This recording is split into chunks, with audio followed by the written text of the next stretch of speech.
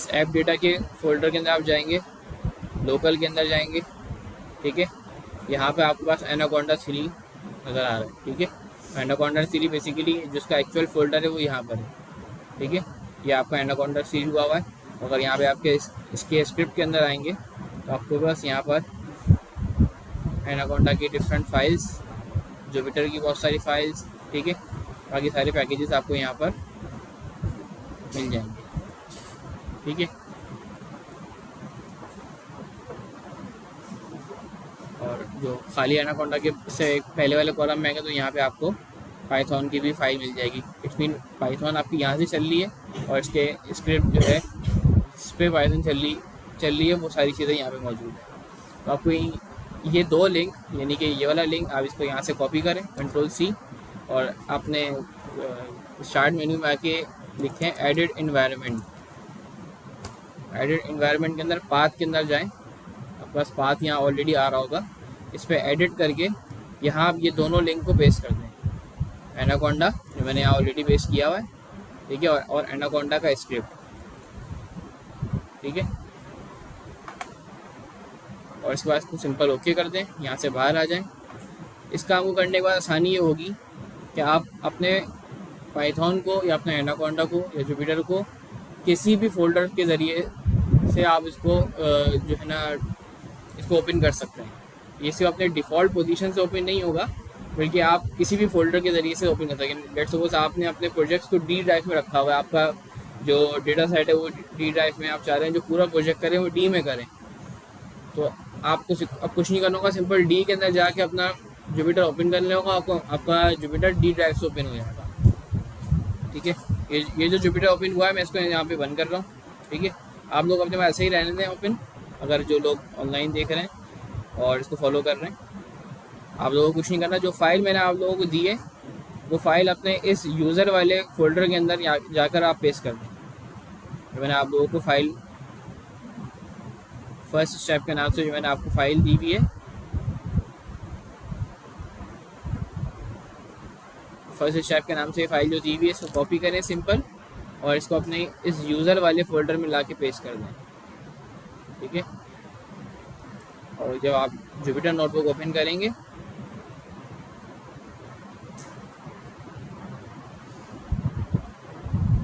देखिए ये ऑटोमेटिकली आपके ब्राउज़र को नेविगेट करेगा, और आपके ब्राउज़र के अंदर जब ये जिस लोकल होस्ट पे डिप्लॉय हो रहा होगा उस लोकल होस्ट के ऊपर आपके, क्योंकि उस फोल्डर के अंदर आपके पास ये फ़ाइल आपने पेस्ट कर चुके हैं, तो यहाँ पे फाइल खुद ब खुद आ जाएगी। तो आप यहीं से इसको ओपन करके यहाँ वर्किंग कर सकते हैं। सेकंड ऑप्शन ये जो मैं आपको नेक्स्ट बताने जा रहा हूँ, इसको सिंपल बंद करें, इसको यहाँ पे यूज़ नहीं करें, ठीक है। बल्कि जैसे मेरे पास ये फोल्डर ये फ़ाइल डी ड्राइव में रखी हुई है, तो मैं चाह रहा हूँ कि इस फाइल को डी ड्राइव से रिट्रीव करूँ, तो क्योंकि मैंने वहाँ पे एडिट इन्वायरमेंट में जाके उसमें पाथ दे दिया है, ठीक है, तो मैं अपने पाइथन को किसी भी जगह से एक्सेस कर सकता हूँ, ठीक है। मैं इस जगह से भी एक्सेस कर सकता हूँ। तो इस जगह पे एक्सेस करने के लिए सिंपल ये जो मेरे पास जो पाथ बन रहा है यहाँ पर, मैं इस पर क्लिक करूँगा और यहीं पर ही मैं सिंपल यहाँ पर जुपिटर नोटबुक लिख देता हूँ, ठीक है, एंटर करता हूँ, तो मेरा जुपिटर नोटबुक इसी जगह से ओपन होना शुरू हो जाएगा।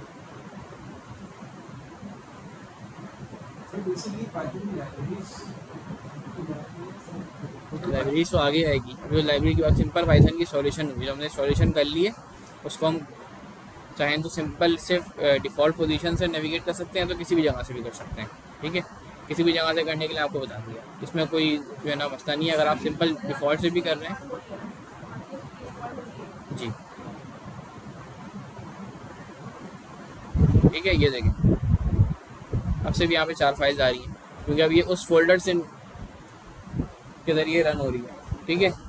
तो यहाँ मैं अपनी फर्स्ट स्टेप विथ पाइथन के नाम से मेरे फाइल्स हैं, इसको रन कर लेता हूँ, ओपन कर लेता हूँ, ठीक है। अच्छा, ये जुपिटर नोटबुक जो है ये पाइथन नहीं है, पाइथन का आईडीई है। बेसिकली पाइथन की लैंग्वेज को रीड कर सकता है, ठीक है, इससे पाइथन रन हो सकती है, ठीक है। इस तरह और बहुत सारे टूल्स हैं और बहुत सारे आईडीई हैं जहाँ पे पाइथन रन हो सकती है, आप चाहें तो वो भी यूज़ कर सकते हैं। लेकिन हम एक ही वे प्रैक्टिस करेंगे और एक ही वे वर्किंग करेंगे, बहुत सारों को कोई फ़र्क नहीं पड़ता, सब पे पाइथन ही लिखी जानी है, बस सबका इंटरफेस चेंज होना है, सही है। आप 2+2=4 आप एक्सेल पे लिख के या गूगल शीट पे लिख के, काम एक ही होना है, ठीक है। तो ये फाइल है बेसिकली, ये कुछ ट्यूटोरियल था एक इंटरनेट पे ही जिसकी फाइल्स थी, तो मैंने उसी को डाउनलोड कर लिया ताकि बेसिक अंडरस्टैंडिंग आपको यहीं से देती है, और उसके बाद जो हमारा एक्चुअल जो कोर्स है फिर मैं आपको उसके ऊपर लेके आता हूँ।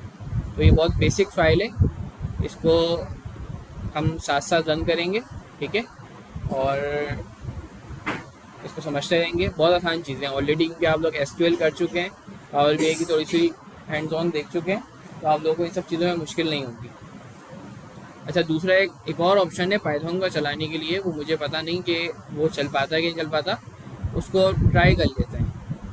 ट्राई इस तरह से करते हैं कि हमारे पास एक,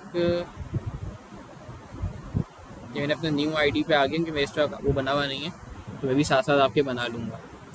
मैंने आपको बताया था collab.research.google.com, ये एक वेबसाइट होगी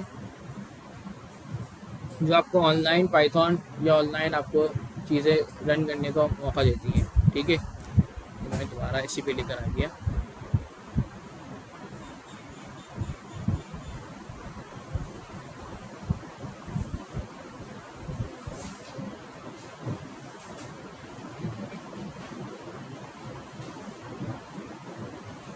तो यहाँ पे अपलोड का ऑप्शन आ रहा है, ठीक है, अपलोड कर लेते हैं। अपलोड में जाकर मैं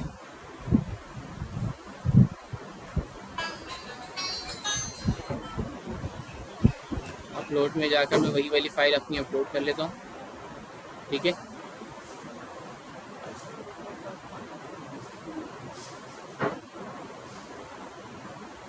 ये फाइल मैंने अपने अपलोड कर ली, देखते हैं ये रीड कर पाता ही नहीं कर पाता। इसने रीड तो कर ली, ठीक है, ये फाइल रीड कर ली, तो मेरे पास यहाँ मौका है कि मैं इस फाइल को डायरेक्ट यहाँ पे रन कर सकता हूँ। तो आप लोग अपने PC के अंदर भी ये काम कर सकते हैं। इनको ये अपनी गूगल ID डाल दें collab.google.com में, तो आप लोग ये सारी प्रैक्टिस सिर्फ देख सकते हैं बल्कि कर भी सकते हैं, ठीक है। तो मैं आपको 2 मिनट का टाइम दे रहा हूँ, आप लोग अगर अपनी गूगल ID यहाँ डाल सकते हैं तो कोलैब के ज़रिए आप इस फाइल को यूज़ कर लें, ठीक है।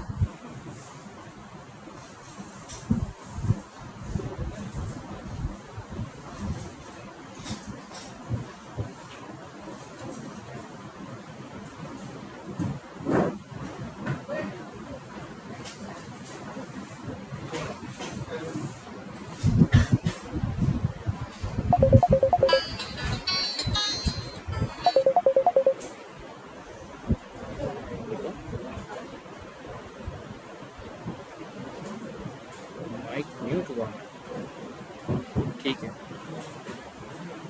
सही है, कर देंगे।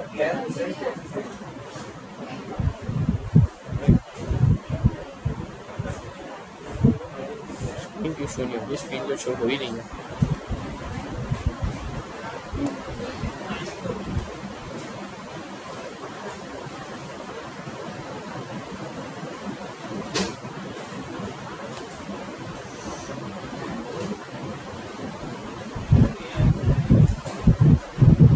सर अभी भी आपका माइक ऑन हुआ है और अभी भी आपने स्क्रीन शेयर की है।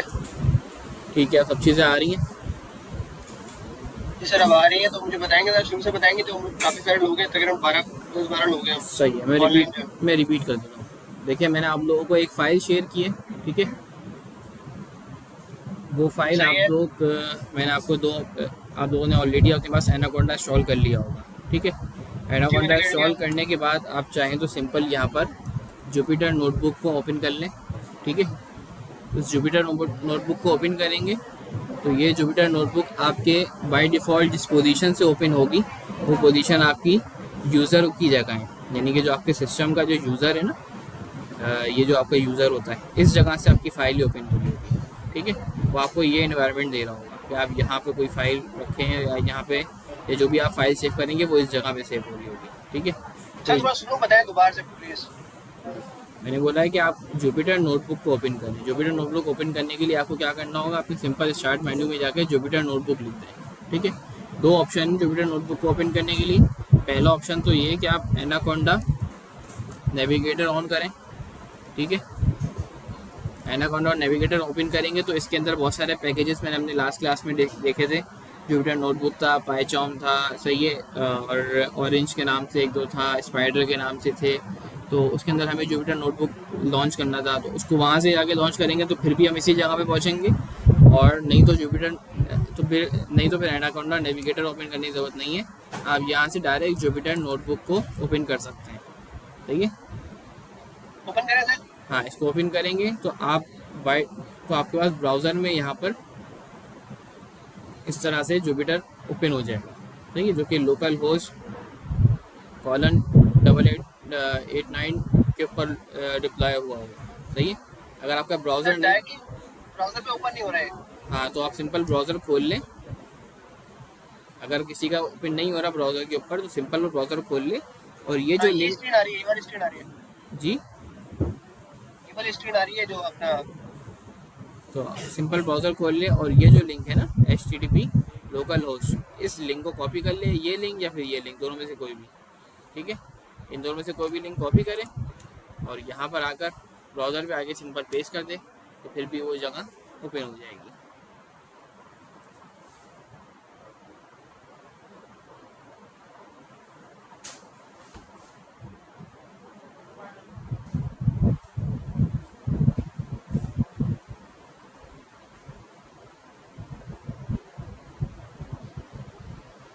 ठीक है, समझ में आ गई?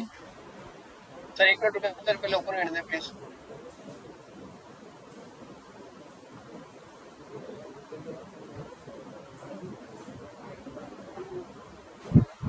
नहीं ओपन हो रहा सर। क्या ओपन नहीं हो रहा? जुपिटर तो आप एक काम करें, एनाकोंडा नेविगेटर ओपन कर लें। ऊपर है। सही है, एनाकोंडा नेविगेटर के अंदर आपको जुपिटर आ रहा होगा, उसको लॉन्च कर लें। एनवायरनमेंट आ रहा है, जुपिटर कहाँ पर आ रहा होगा सर, किस जगह पर आ रहा होगा? इसी पे सामने आ रहा होगा एनाकोंडा नेविगेटर। जब आप ओपन करेंगे जी, तो सामने ही आपके पास बहुत सारी चीज़ें नज़र आ रही होंगी, उसी में एक नाम होगा जुपिटर नोटबुक का, इस तरह का लोगो बना हुआ होगा। Learning publish community.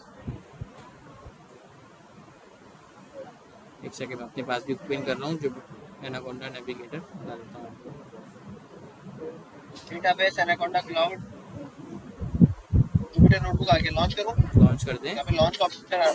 कर दें, लॉन्च कर देंगे, आप इसी जगह के ऊपर आ जाएंगे। Jupyter notebook 7.0.8। ठीक है, ये देख, ये मेरे पास भी एनाकोंडा नेविगेटर ओपन हो गया, और एनाकोंडा नेविगेटर ओपन होने के बाद मैं यहाँ पे आके जुपिटर नोटबुक को लॉन्च कर सकता हूँ। ठीक है, लॉन्च करें सर? मैंने लॉन्च कर दिया, ये वर्किंग कर रहा है, लॉन्चिंग कर रहा है।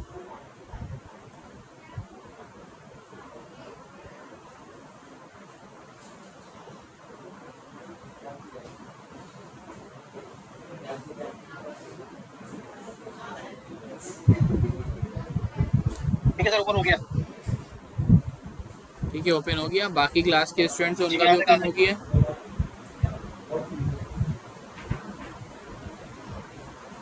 बाकी जो क्लास के स्टूडेंट हैं, हमजा अहमद, अफीरा, यमुना, शेख तलहा, हमजा अदनान, अवैस, कमल अब्बासी, फातिमा, फातिम जावेद, काशिफ हसन, आप सब लोग साथ साथ फॉलो कर रहे हैं? जी सर, फॉलो कर रहे हैं। ठीक है, ठीक है, तो मल्टीपल तरीके हैं। ओपन हो गया अभी। सही, मैं दोबारा रिपीट कर देता हूँ, फाइल शेयर किया ना? मैं बता देता हूँ। देखिए, मैं दोबारा एक दफ़ा रिपीट कर देता हूँ। दो मेथड हैं, या तो आप एनाकोंडा नेविगेटर ओपन करें और एनाकोंडा नेविगेटर ओपन करने के बाद जुपिटर नोटबुक को लॉन्च कर दें। ठीक है, तो आप फिर भी इसी स्क्रीन पे आ जाएंगे। सही है, दूसरा ऑप्शन ये है कि आप एनाकोंडा नेविगेटर को यूज़ नहीं करें। सही है, और सिंपल अपने स्टार्ट मेन्यू में जाकर जुपिटर नोटबुक लिख दें। सही है, तो जुपिटर नोटबुक की ये फ़ाइल आपकी ओपन होगी। ठीक है, यहाँ अगर आपने ब्राउज़र ओपन किया हो तो डायरेक्टली आप नेविगेट कर जाएंगे इस फाइल के ऊपर, नहीं तो आप इस जो पाथ आ रहा है इसको कॉपी करें। ठीक है, और इसको सिंपल अपने ब्राउज़र में पेस्ट करें, तो आप फिर भी इस पोजीशन पे इसी जगह पर आ जाएंगे। ठीक है, अच्छा, ये जो इन्वायरमेंट आपको दिखा रहा है, ये कौन सा इन्वायरमेंट है? मैं बताया था कि ये आपका यूज़र इन्वायरमेंट है। ठीक है, इस तरह सी के अंदर आपके पास यूज़र होता है, ये यूज़र के अंदर जो आपका जो यूज़र बन क्रिएट हुआ होता है, ये उस जगह के ऊपर आपको डिप्लॉय कर रहा होता है आपकी पाइथन को, सही है। तो जो फाइल मैंने आपको व्हाट्सएप पे शेयर की है, वो फाइल इस पोजीशन पे लाकर आप अपनी पेस्ट कर दें, ठीक है। तो जब आप उस फाइल को यहाँ पे पेस्ट करेंगे तो आपके पास ऑलरेडी वो फाइल यहाँ पे शो होना शुरू हो जाएगी, ठीक है। सर एक मिनट सर, पेस्ट कर ले अगर इसको।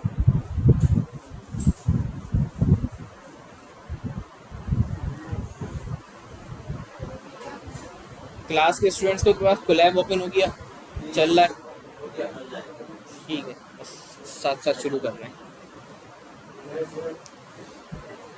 ये ऑनलाइन के स्टूडेंट्स का माइक बंद रह गया और उन्होंने बताया भी नहीं, सब पूरी क्लास जब आगे बढ़ गई तो इनको मसला हो रहा है। भाई पहले बता दिया करें ना यार।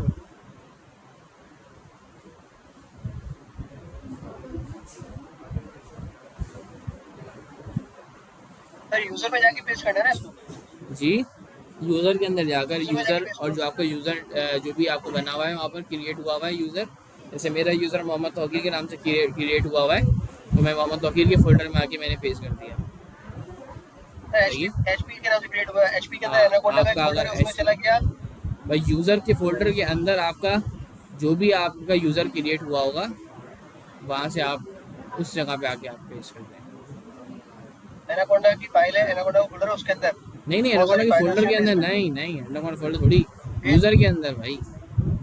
पर यूजर का ओपन करता हूँ, अंदर एचपी है, वहीं पे पेस्ट कर दो बस। बस पेस्ट करते हैं वहाँ पर जहाँ ये आपके डाउनलोड डेस्कटॉप वगैरह बने हुए होंगे ना, ये सब ये वाले फोल्डर्स बने हुए होंगे। अरे यार इसका एक और सिंपल सोल्यूशन ये है कि आप जो है पर्सनलाइजेशन में जाएं और ठीक है,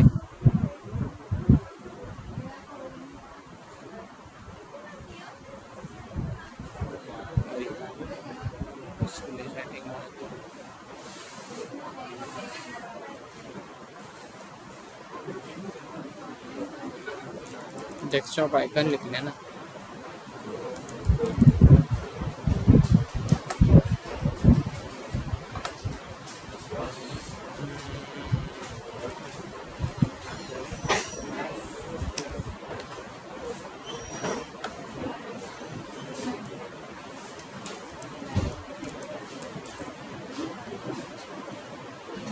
लिंक से आते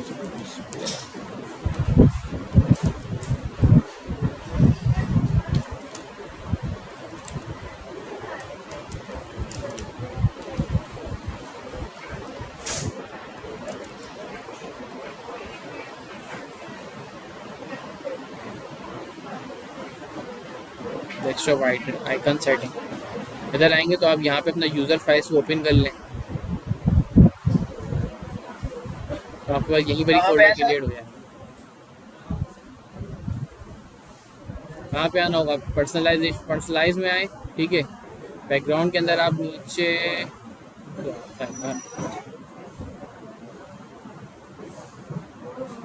कलर्स में आएंगे और यहाँ पे आके नीचे आपके ऑप्शन आ रहा होगा, और बैकग्राउंड में आके नीचे शो इन डेस्कटॉप आइकॉन, ये तो वेब फ्रॉम वेब दे रहा है, एक सेकेंड, यहीं पर ही ऑप्शन आ रहा होता है। यहाँ थीम एंड रिलेटेड सर्च कर लें, ठीक है, तो यहीं पर ही आपका ऑप्शन आ रहा होगा नीचे आके डेस्कटॉप आइकॉन सेटिंग, यहाँ पे इसको इनेबल कर लें। यूज़र को खाली कंप्यूटर आपके इनेबल हुआ होगा, बाकी सब इनेबल होंगे, आप इसको इनेबल कर लें यूज़र फाइल्स को, तो आपके पास यहाँ पे यूज़र फाइल आपको बहुत क्रिएट हो जाएगी।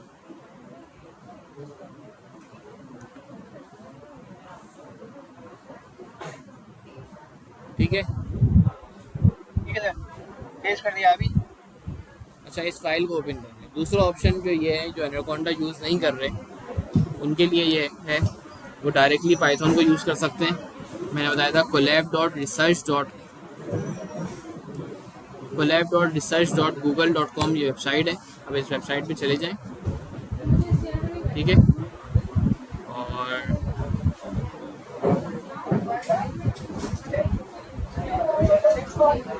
यहाँ पे आपके पास अपलोड करने का ऑप्शन आ रहा होगा, अपलोड पे जाएं, और ये जो फाइल मैंने आपको दी है इसको यहाँ पे अपलोड कर दें।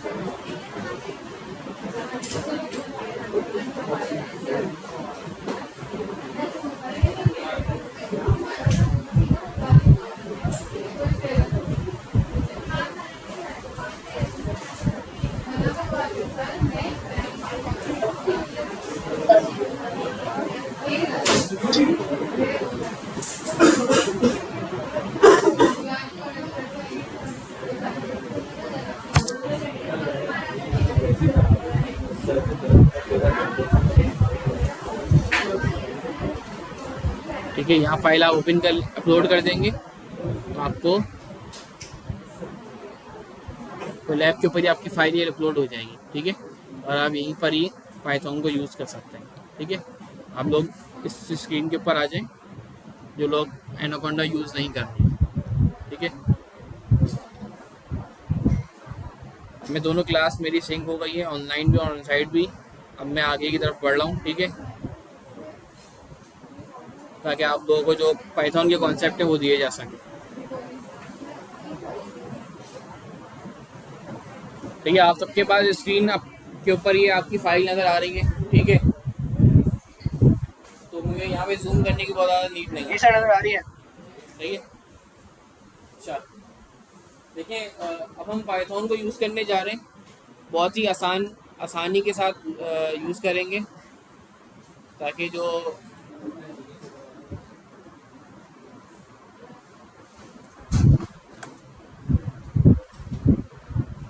ठीक है, जो ऊपर जो वर्डिंग्स वगैरह आ रही हैं छोड़ दें। ठीक है,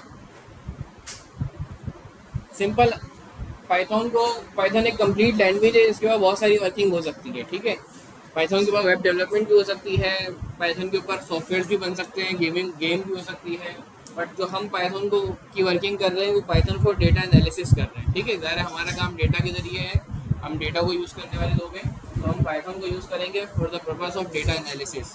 ठीक है, तो डेटा एनालिसिस पर्पस के लिए जब हम पाइथन की वर्किंग करेंगे तो अभी फ़िलहाल कुछ हम पाइथन को यूज़ कर रहे हैं अभी फ़िलहाल समझने के लिए, वो पाइथन को एज अ कैलकुलेटर यूज़ कर रहे हैं कि कैलकुलेटर के अंदर जो बेसिक ऑपरेशन होते हैं, plus minus multiply divide square root और बेसिक जो ऑपरेशंस वगैरह होते हैं पाइथन के अंदर, वो बेसिक ऑपरेशंस को करने के लिए क्या करना होता है या वो किस तरह से पाइथन के ऊपर वर्किंग हो रही होती है। शुरू में आपको लगेगा तो इतना आसान है, कुछ भी नहीं करना, वो तो कोड लिखते हैं बड़े बड़े, तो प्लस माइनस करवा रहे हैं हमें, लेकिन बेस सी से बनती है, वरना आखिर में मेन चीज़ बन जाती है और ये बेस रह जाती है जिससे आपके रिजल्ट मैच नहीं हो रहे थे।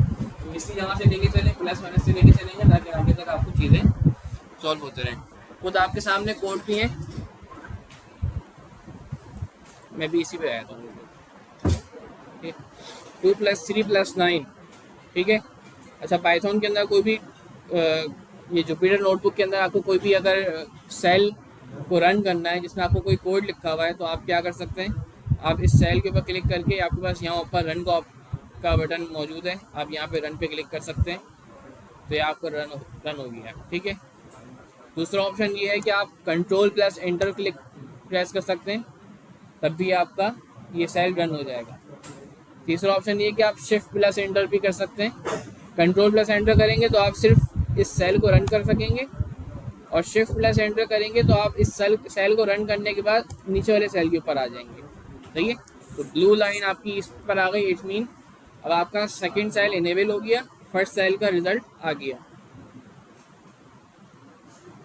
बेसिक अर्थमेटिक ऑपरेशंस परफॉर्म कर रहे हैं। 2 + 3 5 और 5 + 9 आपके पास 14 आंसर आना चाहिए। बेसिक कैलकुलेटर भी 14 आंसर देता है, पाइथन के जरिए 14 आंसर आ रहा है। 2 या 2 से ज़्यादा वेरिएबल्स 2 या 2 से ज़्यादा आपके पास जो इंटीजर्स हैं आप उनको सम ले रही हैं बेसिकली। ठीक है, साथ साथ आप भी Ctrl+Enter या Shift+Enter के जरिए आप लोग रन करके देख सकते हैं। ठीक है, ये बहुत बेसिक है समझने के लिए, सिंपल। 99 - 7 प्रैक्टिस करके हम भी देख लें जरा। जी, सर साथ साथ आपके हम भी कर लें। साथ साथ आप भी कर लें, ठीक है। बस स्टेप विद पाइथन पे आगे सर, ये बात, ये जो आप स्क्रीन खोली हुई है कैसे आई है? ऊपर फाइल एडिट व्यू इंसर्ट लिखा हुआ है, कहाँ पे क्लिक करें? कहाँ पर? अभी जो आपका टेबल खुला था वो टेबल आपने कैसे खोला? ये ये फाइल मेरी, हाँ ये टेबल। ये जी ये फाइल फाइल कहाँ से जब खोली? आप इस पोजीशन पे आएंगे तो आपके पास यहाँ पर वही फाइल जो आपने पेस्ट की होगी वो यहाँ पे शो हो रही होगी। सर आ गई, खोल ली मैंने। सही है, इसमें क्लिक करेंगे तो नेक्स्ट स्टेप में आपकी ये पूरी फाइल खुल जाएगी, ठीक है। थोड़ा सा नीचे आएंगे तो यहाँ पे इसके सेल्स मौजूद हैं जिसमें मैंने पाइथन के कोड लिखे हुए हैं और ऑलरेडी रन भी हुए हैं। ठीक तो है आपको दोबारा इनको क्लिक करके कंट्रोल इंटर या फिर शिफ्ट इंटर या फिर इस रन के बटन के ज़रिए इनको रन करना होगा, ठीक है। ठीक है। 99 माइनस सर ये तो पहले 73, से रन हुए थे आपने। आप इसको रन कर लें। बेसिक माइनस हो रहा है और कुछ भी नहीं हो रहा, यानी कि पाइथन के अंदर बेसिक दो नंबर को प्लस करने के लिए प्लस का ही सैंपल यूज़ किया जा रहा है और दो नंबर को माइनस करने के लिए माइनस का सैंपल ही यूज़ हो रहा है, ठीक है। आपको इसका आइडिया है, ठीक है हो सर। गया है। अच्छा, दो नंबर्स को मल्टीप्लाई करने के लिए 23.5254 मल्टीप्लाई बाय -14 -1432, सही है। दो नंबर को मल्टीप्लाई कर रहे हैं, एक नंबर के साथ आपके पास नेगेटिव साइन लगा हुआ है तो आंसर ज़ाहिर है नेगेटिव में आना चाहिए। तो जब आंसर नेगेटिव में आएगा, अच्छा दो नंबर्स हैं, एक इंटीजर है, दूसरा आपके पास नॉन इंटीजर है, यानी कि दूसरा आपके पास फ्लोटिंग नंबर है जिसमें पॉइंट भी आ रहे हैं। तो पाइथन इस केस के अंदर आपको कौन सा रिजल्ट देगा? अरे आप खुद भी अगर मल्टीप्लाई करेंगे एक एक डेसिमल नंबर को एक नॉन डेसिमल नंबर के साथ, तो आप जो आंसर लिखेंगे वो डेसिमल के साथ लिखेंगे, ठीक है। 3.5 मल्टीप्लाई बाय 5, तो आप क्या जो मल्टीप्लाई जो पॉइंट करके जो आंसर होगा वही निकाल के देख रहे होंगे ना। तो पाइथन भी यही कर रहा है, एक डेसिमल नंबर लिया और एक इंटीजर नंबर लिया, दोनों को आपस में मल्टीप्लाई किया या सिंपल माइनस किया प्लस किया, तो आपके पास जो आंसर आएगा वो डेसिमल नंबर का आएगा, ठीक है। 100 डिवाइड बाय 7, डिवीजन भी पाइथन में सिंपल तरीके से हो रहा है। आपको भी दो नंबर को डिवाइड करेंगे तो डिवाइड करने के बाद आपको पता है जब कोई दो इंटीजर नंबर भी डिवाइड होंगे तो उनमें चांसेस हैं कि उनके जो आंसर्स हैं उनके अंदर डेसिमल या पॉइंट्स आएँ, सही है। इस तरह 100 डिवाइड बाई 7 तो 14.28 समथिंग आगे कोई नंबर बनता है। तो जबकि हमने दो इंटीजर नंबर्स को डिवाइड किया लेकिन फिर भी उसका आंसर आपके पास फ्लोट करके आ रहा है, ठीक है। तो डिवीजन, इससे दो बात समझ में आ गई। एक तो ये कि डिवाइड करने के लिए हमारे पास स्लैश का जो आपके पास सिंबल है वो यूज़ हो रहा है, जो पूरी दुनिया में यूज़ होता है, पाइथन के अंदर वही यूज़ हो रहा है, ठीक है। और जब दो नंबर्स को आप डिवाइड करेंगे तो आपके पास आंसर फ्लोट के अंदर आ रहा है, ठीक है। डबल स्लैश क्या है? डबल स्लैश बेसिकली जो आपका राउंड ऑफ नहीं कर रहा, बेसिकली ये जो आपका जब भी आपने बचपन में जब चीज़ों को डिवाइड किया था तो आपको डिविडेंड और उसका बताया गया था, जो रिमाइंडर है उसका, सही है। 28 का 2 ही बन जाएगा और फिर आखिर में जो रिमाइंडर आपका 2 बन जाएगा। तो ये जो वैल्यू है, तो अगर आप सिंपल डबल स्लैश लगाएंगे तो जो आपका जो एक्चुअल आंसर है वो आ जाएगा। और आप %7 लिखेंगे तो आपके पास जिसका रिमाइंडर आंसर होगा वो आपके पास निकल के आ जाएगा, ठीक है।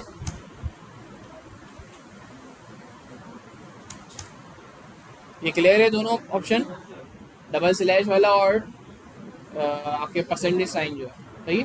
परसेंटेज साइन आपके पास बेसिकली रिमाइंडर शो कर रहा होता है,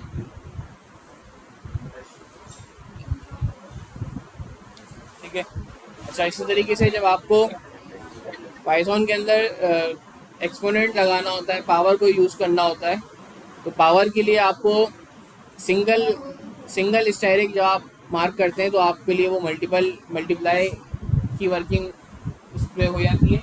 लेकिन जब आप उसके ऊपर डबल स्टेरिक मार्क करेंगे तो अब वो मल्टीप्लाई नहीं करेगा, बल्कि अब वो आपके पास एक्सपोनेंट की वर्किंग करेगा। इनके 5 इंटू पावर 3, तो 5 into 5 it's mean 5 multiply 5 it's mean 125 इसका आंसर आना चाहिए, सही है।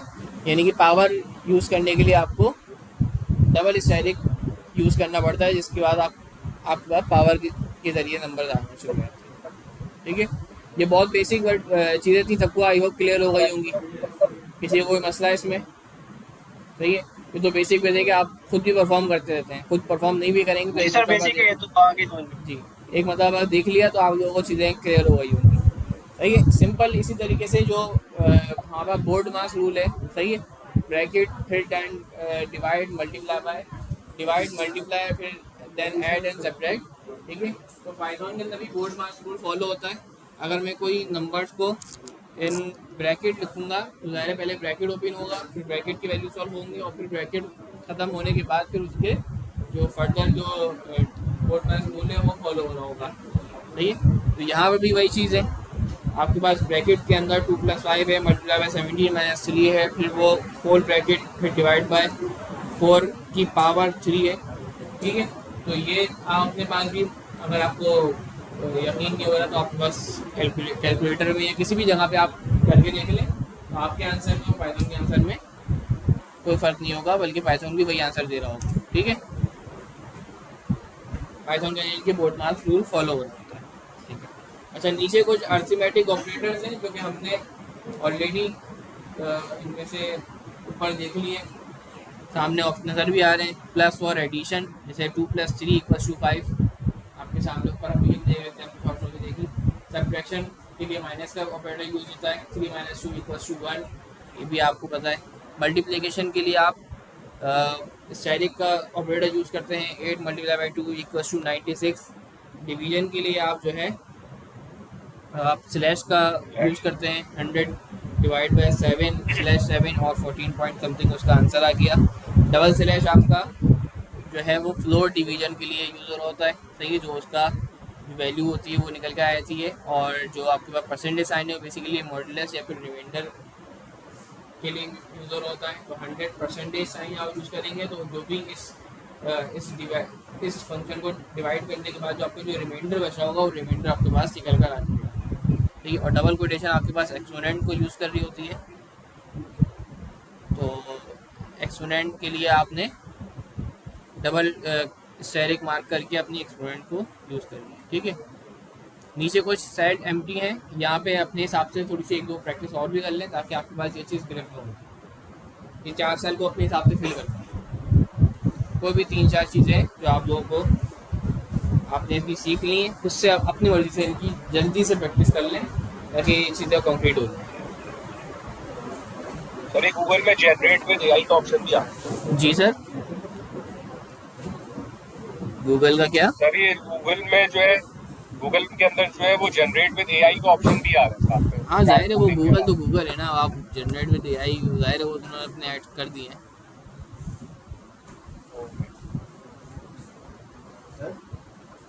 जी,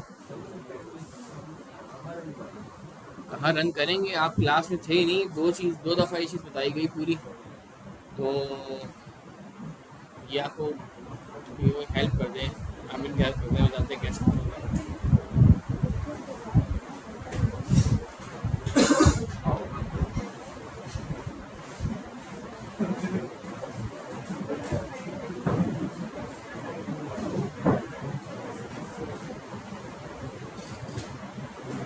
ठीक है, आगे बढ़ जाऊँ मैं? चारों सेल फिल कर लिया आप लोगों ने? जी सर। ठीक है सर।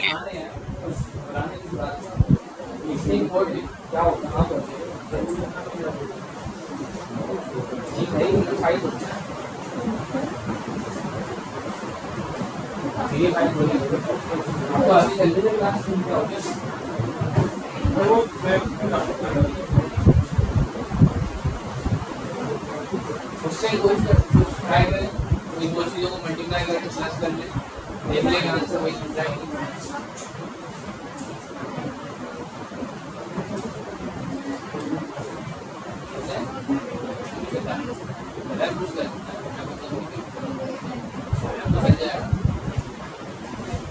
प्रैक्टिस करते हैं।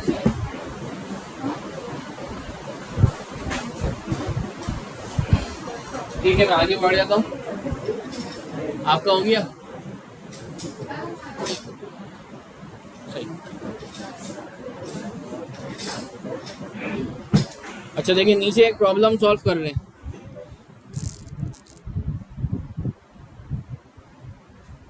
एक प्रॉब्लम लिखी हुई है, ग्रोसरी स्टोर्स के पास sells a bag of ice for $1.25 and make profit of 20%. If it sell 500 bag of ice, how much total profit does it make? सही है कि ग्रोसरी स्टोर के पास जो है एक आइस बैग $1.25 का है, जिसपे वो 20% प्रॉफिट लेता है। अगर वो 500 आइस बैग सेल करेगा तो उसको कितना प्रॉफिट होगा। ठीक है, सिंपल एक मैथ वर्ड प्रॉब्लम है जो आप 1 क्लास में या 2 क्लास में करते थे, उस तरह की एक वर्ड प्रॉब्लम है। तो पहले तो मैंने इस स्टेटमेंट को अपने पास लिस्ट डाउन कर दिया कि हमारे पास क्या क्या इन्फॉर्मेशन अवेलेबल है। तो कॉस्ट ऑफ आइस बैग क्या है हमारे पास 1.25 है। प्रॉफिट मार्जिन कितना है, प्रॉफिट मार्जिन 20% है। 20% मतलब ये कि 20 डिवाइड बाई 100 जो कि आपका 0.2 बन जाता है। सही है, तो equals to 0.2। Profit per bag, एक प्रॉफिट के ऊपर, एक बैग के ऊपर कितना प्रॉफिट होना चाहिए, तो profit margin multiply by cost of ice bag, तो 0.2 मल्टीप्लाई बाय 1.25। सही है, और आपके पास नंबर ऑफ बैग कितने हैं, 500 बैग हैं। तो आपका टोटल प्रॉफिट कितना हुआ, तो टोटल प्रॉफिट आपके पास हुआ कि number of bag multiply by profit per bag. सही है, और प्रॉफिट पर बैग के लिए आप क्या करेंगे, 0.2 को मल्टीप्लाई कर देंगे 1.25 से। तो ये सेम प्रॉब्लम मैंने जब पाइथन के अंदर लिखी तो 500 मल्टीप्लाई बाय 0.2 मल्टीप्लाई बाय 1.25। सही है, तो बोर्ड मास रूल अप्लाई होगा। पहले ज़ाहिर है ब्रैकेट के अंदर की चीज़ें सॉल्व होंगी, पहले ब्रैकेट की चीज़ें आपस में मल्टीप्लाई होंगी और देन फिर वो 500 मल्टीप्लाई होगा उस ब्रैकेट वाले टर्म के साथ। सही, तो आपके पास आंसर आ गया 125.0, यानी कि आपको टोटल 500 बैग के ऊपर जो प्रॉफिट मिलेगा वो 125 को मिलेगा, $125 का मिल रहा होगा। ठीक है, अच्छा ये एक बेसिक प्रॉब्लम थी जो कि हमने पाइथन के अंदर उसका आंसर निकाल लिया। हाँ,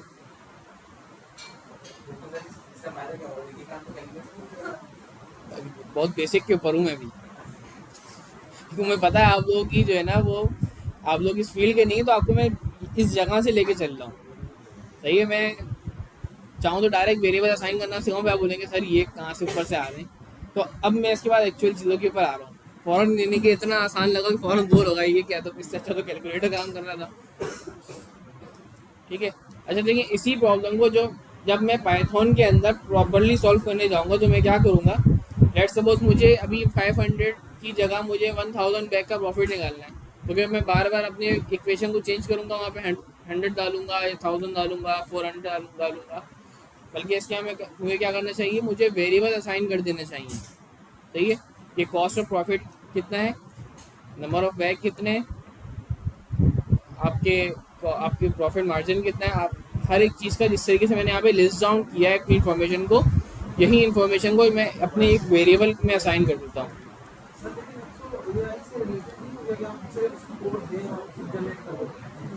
कोड दें क्या कर देता है,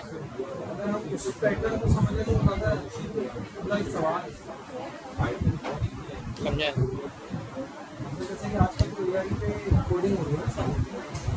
सही भाई, आप ये कह रहे हैं कि बजाय इसके कि मैं ये पाइथन के अंदर खुद लिखूँ, मैं यही पूरी वर्ड प्रॉब्लम उठा के कॉपी करूँ, चैट जीपीटी को दूँ, चैट जीपीटी मुझे खुद से आंसर दे दे, तो भाई वो तो मशीन है ना, उसमें एरर के चांसेस तो हैं।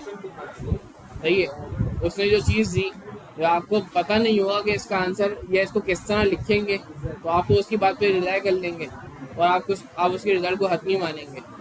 नो डाउट उसका रिजल्ट सही होगा, एक्यूरेट होगा बहुत हद तक, लेकिन गलती के चांसेस उसके पास भी हैं।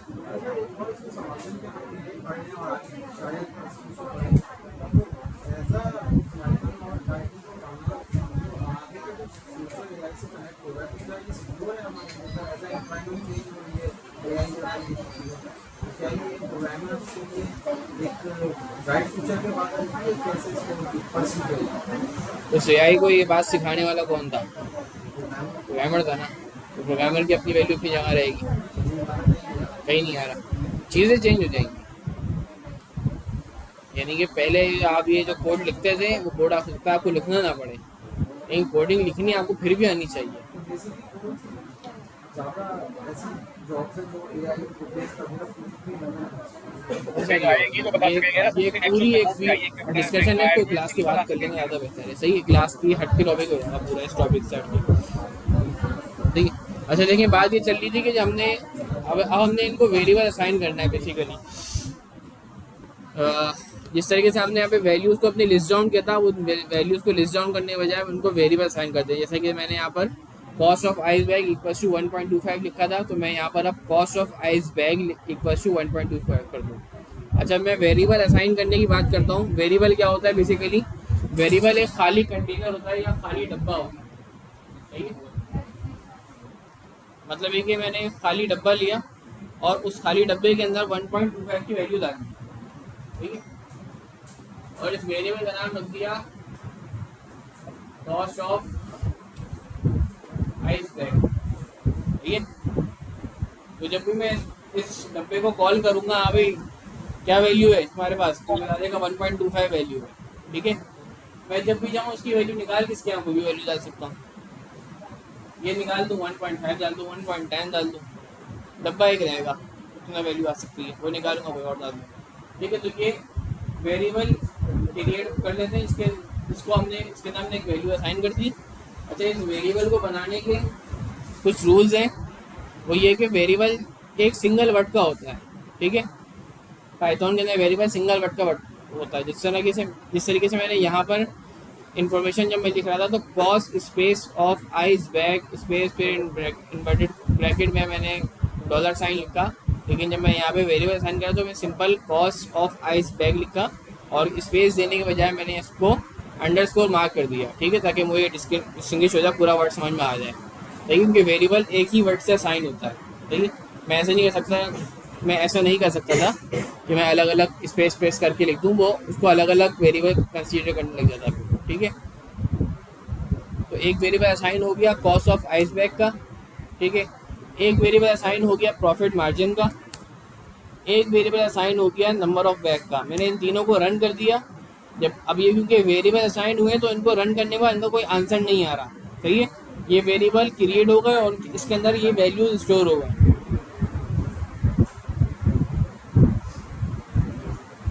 ठीक है जी, अब मैं यहाँ पे जो है ना चेक भी कर सकता हूँ कि मैं अगर किसी वेरिएबल को कॉल करूँ, लेट्स सपोज मैं प्रॉफिट मार्जिन को कॉल कर रहा हूँ, तो मैंने प्रॉफिट मार्जिन लिखा और सिंपल से कॉल किया, तो उसके ऊपर जो वैल्यू मौजूद थी 0.2 वो आ गई। मैं ये भी चेक कर सकता हूँ कि कॉस्ट ऑफ आइस बैग। अच्छा, जुपिटर जो लोग यूज़ कर रहे हैं उनके लिए आसानी ये है कि वो पूरा वेरिएबल दोबारा कॉल करने की उनको लिखने की ज़रूरत नहीं है। वो सिंपल कॉस्ट करके लिख के या कोई भी शॉर्ट वर्ड लिख के और टैब प्रेस कर दें, टैब, तो वो खुद ही कंप्लीट कर जाएगा। सही है, तो कॉस्ट ऑफ आइस बैग लिख के मैंने इसको कॉल किया तो कॉस्ट ऑफ आइस बैग की वैल्यू आ गई मेरे पास। ठीक है, नंबर ऑफ बैग लिख के मैंने कॉल किया तो नंबर ऑफ बैग की वैल्यूज आ गई। ठीक है, अब मैंने यहाँ पे अपने पास एक फॉर्मूला बना लिया प्रॉफिट पर बैग का, कि प्रॉफिट पर बैग मैंने एक और वेरिएबल असाइन किया और प्रॉफिट पर बैग के अंदर मैंने दो वेरिएबल्स को मल्टीप्लाई कर दिया कि cost of ice bag multiply by profit margin. ठीक है, ये मैंने एंटर कर दिया, तो आपके पास अब एक और वेरिएबल क्रिएट हो गया, यानी कि एक और आपके पास बॉक्स क्रिएट हो गया। ये बॉक्स क्या कर रहा है, इस बॉक्स का और आपके पास प्रॉफिट जो मार्जिन है इन दो को की वैल्यूज को मल्टीप्लाई कर रहा है, यानी कि ये वेरिएबल जो आपके पास है प्रॉफिट पर बैग का,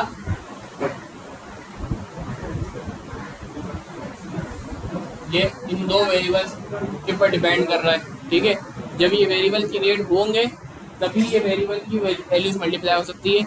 अगर इन वेरिएबल्स को मैंने क्रिएट नहीं किया और मैं इस वेरिएबल को क्रिएट करने जा रहा हूँ तो फौरन मेरे पास एरर आ जाएगा कि भाई वो बोलेगा लेट्स सपोज मैंने सिर्फ एक वेरिएबल क्रिएट किया है, प्रॉफिट मार्जिन क्रिएट नहीं किया, तो फौरन से एरर दे देगा कि भाई मुझे नहीं पता तुम क्या काम करने जा रहे हो। सही है, वो फौरन से कोई ना कोई आपको एरर दे देगा, सिंटेक्स एरर दे देगा कि उसको नहीं पता कि प्रॉफिट मार्जिन क्या है। लेकिन क्योंकि आपने प्रॉफिट मार्जिन ऑलरेडी क्रिएट किया हुआ है तो आपको यहाँ मसला नहीं हो रहा, वो फौरन उसने ये वेरिएबल क्रिएट कर दिया और इसके अंदर वैल्यूज ये असाइन। ठीक है, अब आप जब भी कभी ऊपर वैल्यूज चेंज करेंगे और इसको इस सेल को दोबारा रन करेंगे तो आपके पास प्रॉफिट पर बैग के अंदर वैल्यू चेंज हो जाएगी, सही है, जो कि डिपेंड कर रही है आपके उसके ऊपर डिपेंड कर रही है, उन दोनों वेरिएबल्स के ऊपर, ठीक है। तो प्रॉफिट पर बैग के अंदर आपके पास फिलहाल वैल्यू सेव हुई हुई है 0.25। अब टोटल प्रॉफिट निकालने के लिए मैंने फिर एक और वेरिएबल असाइन कर दिया, ये टोटल प्रॉफिट मैंने नाम लिख दिया उसका, जो कि इक्वल्स टू, अच्छा कोई भी वेरिएबल को डिक्लेयर करने के लिए हम इक्वल्स टू का साइन यूज़ करते हैं, सही है। वेरिएबल के नाम के आगे इक्वल्स टू लिखेंगे तो आप उसके आगे जो वैल्यू लिखेंगे तो आपको वेरिएबल असाइन हो जाएगा, ठीक है। तो profit margin equals to number of bags multiply by profit per bag, सही है। तो 500 मल्टीप्लाई बाय 0.25 यहाँ पे मल्टीप्लाई होगा, जो कि दोनों वैल्यूज़ आपकी उसी वेरिएबल से ही निकल के आ रही होंगी। अब आप नहीं प्रोवाइड कर रहे, बल्कि वेरिएबल के अंदर जो वैल्यू आपने स्टोर की हुई है वो वैल्यू कॉल हो रही होगी। तो आप टोटल प्रॉफिट ये आपने कॉल कर आपने ऐसे इसको रन किया सेल, टोटल प्रॉफिट का एक वेरिएबल क्रिएट हो गया, और अब ये टोटल प्रॉफिट का वेरिएबल आप कॉल करने जा रहे हैं, तो ये इसका आंसर निकल के आपके सामने आ गया, ठीक है, क्लियर है।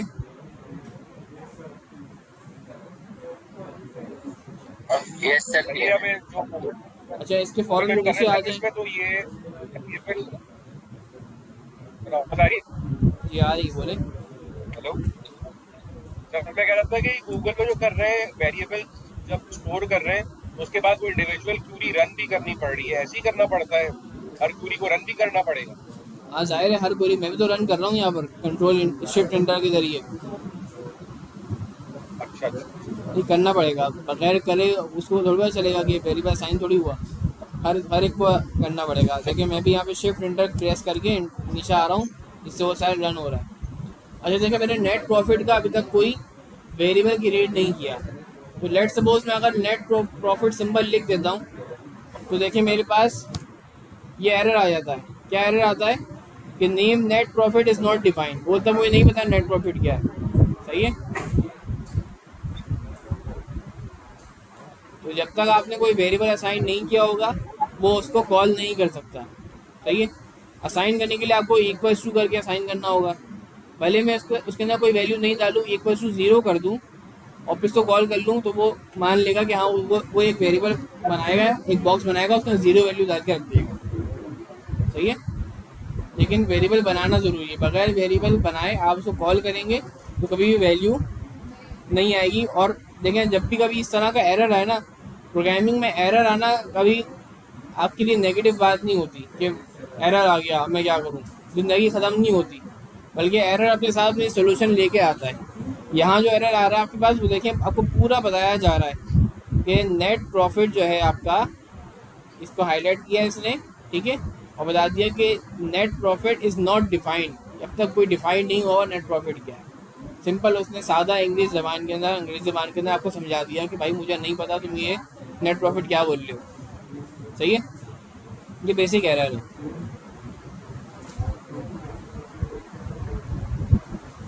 अच्छा जी आगे बढ़ जाते हैं। अच्छा मैं चाह रहा हूँ कि जो मैंने प्रॉफिट निकाला है उसको सिंपल प्रॉफिट को ऐसे शो ना करूँ, बल्कि एक कंप्लीट सेंटेंस के तौर पर जो है ना एक पेश कर दूँ कि the grocery makes a total profit of $125, सही है। एक मैसेज प्रिंट करवा दूँ कि मैंने इतना प्रॉफिट, हमारी जो कंपनी है जो ग्रॉसरी स्टोर है उसने इतना प्रॉफिट किया है। तो उस मैसेज को प्रिंट करने के लिए मैंने किया ये कि एक फंक्शन होता है प्रिंट का फंक्शन, सबसे बेसिक फंक्शन है एक प्रोग्रामिंग लैंग्वेज का, हर प्रोग्रामिंग लैंग्वेज के अंदर प्रिंट का फंक्शन होता है जिससे वो वैल्यू प्रिंट होती है, सही है। फंक्शंस क्या होते हैं बेसिकली, फंक्शंस एक प्री डिफाइंड टास्क होते हैं, सही है, जो कि उस प्रोग्रामिंग लैंग्वेज के अंदर बिल्ट इन होते हैं। जैसे कि प्रिंट एक फंक्शन है, प्रिंट फंक्शन क्या करेगा, जो वैल्यू आप उसको देंगे वो वैल्यू को नीचे प्रिंट करके दे देगा आपको। प्रिंट जिस तरह आप कंप्यूटर पे कोई चीज़ प्रिंट करते हैं, प्रिंटर पे प्रिंट हो जाती है चीज़, सही है, सेम उसी तरीके से वो चीज़ प्रिंट हो जाएगी उसके ऊपर, ठीक है। तो प्रिंट एक हमारे पास एक फंक्शन है पाइथन के अंदर, simple print, PRINT print, small letter के अंदर प्रिंट लिखना होगा, सही है।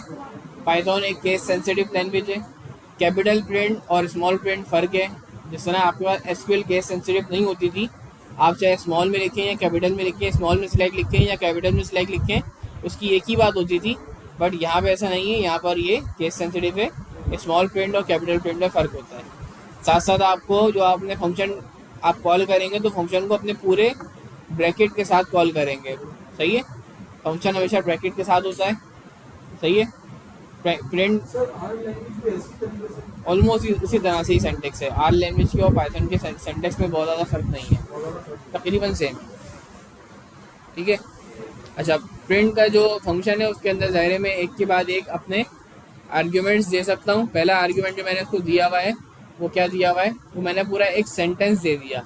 एक सेंटेंस को डिक्लेयर कराने के लिए मुझे क्या करना होगा, मुझे इन्वर्टेड कॉमास को यूज़ करना होगा। ज़ाहिर है मैं एक स्ट्रिंग पास करने जा रहा हूँ कंप्लीट, तो स्ट्रिंग को पास करने के लिए मैंने इन्वर्टेड कॉमास को यूज़ किया और इन्वर्टेड कॉमास के अंदर स्पेस की मदद के साथ अपनी पूरा सेंटेंस कंप्लीट कर दिया, सही है। The grocery makes a total profit of, सही है, $2, और फिर मैंने कॉमा करके अपना दूसरा आर्ग्यूमेंट दिया, और दूसरा आर्ग्यूमेंट क्या था, वो टोटल प्रॉफिट था। टोटल प्रॉफिट वो वेरिएबल मैंने दे दिया जो मैंने ऊपर डिक्लेयर किया हुआ है, जिसके अंदर number of bag multiply profit per bag हो रहा है, ठीक है। तो जब मैं इस सेंटेंस को प्रिंट करूंगा तो मेरे पास कंप्लीट सेंटेंस बना हुआ आ जाएगा। The grocery store makes a total profit of $125.0, ठीक है। ये एक बेसिक सिंटेक्स है चीज़ों को प्रिंट करने का।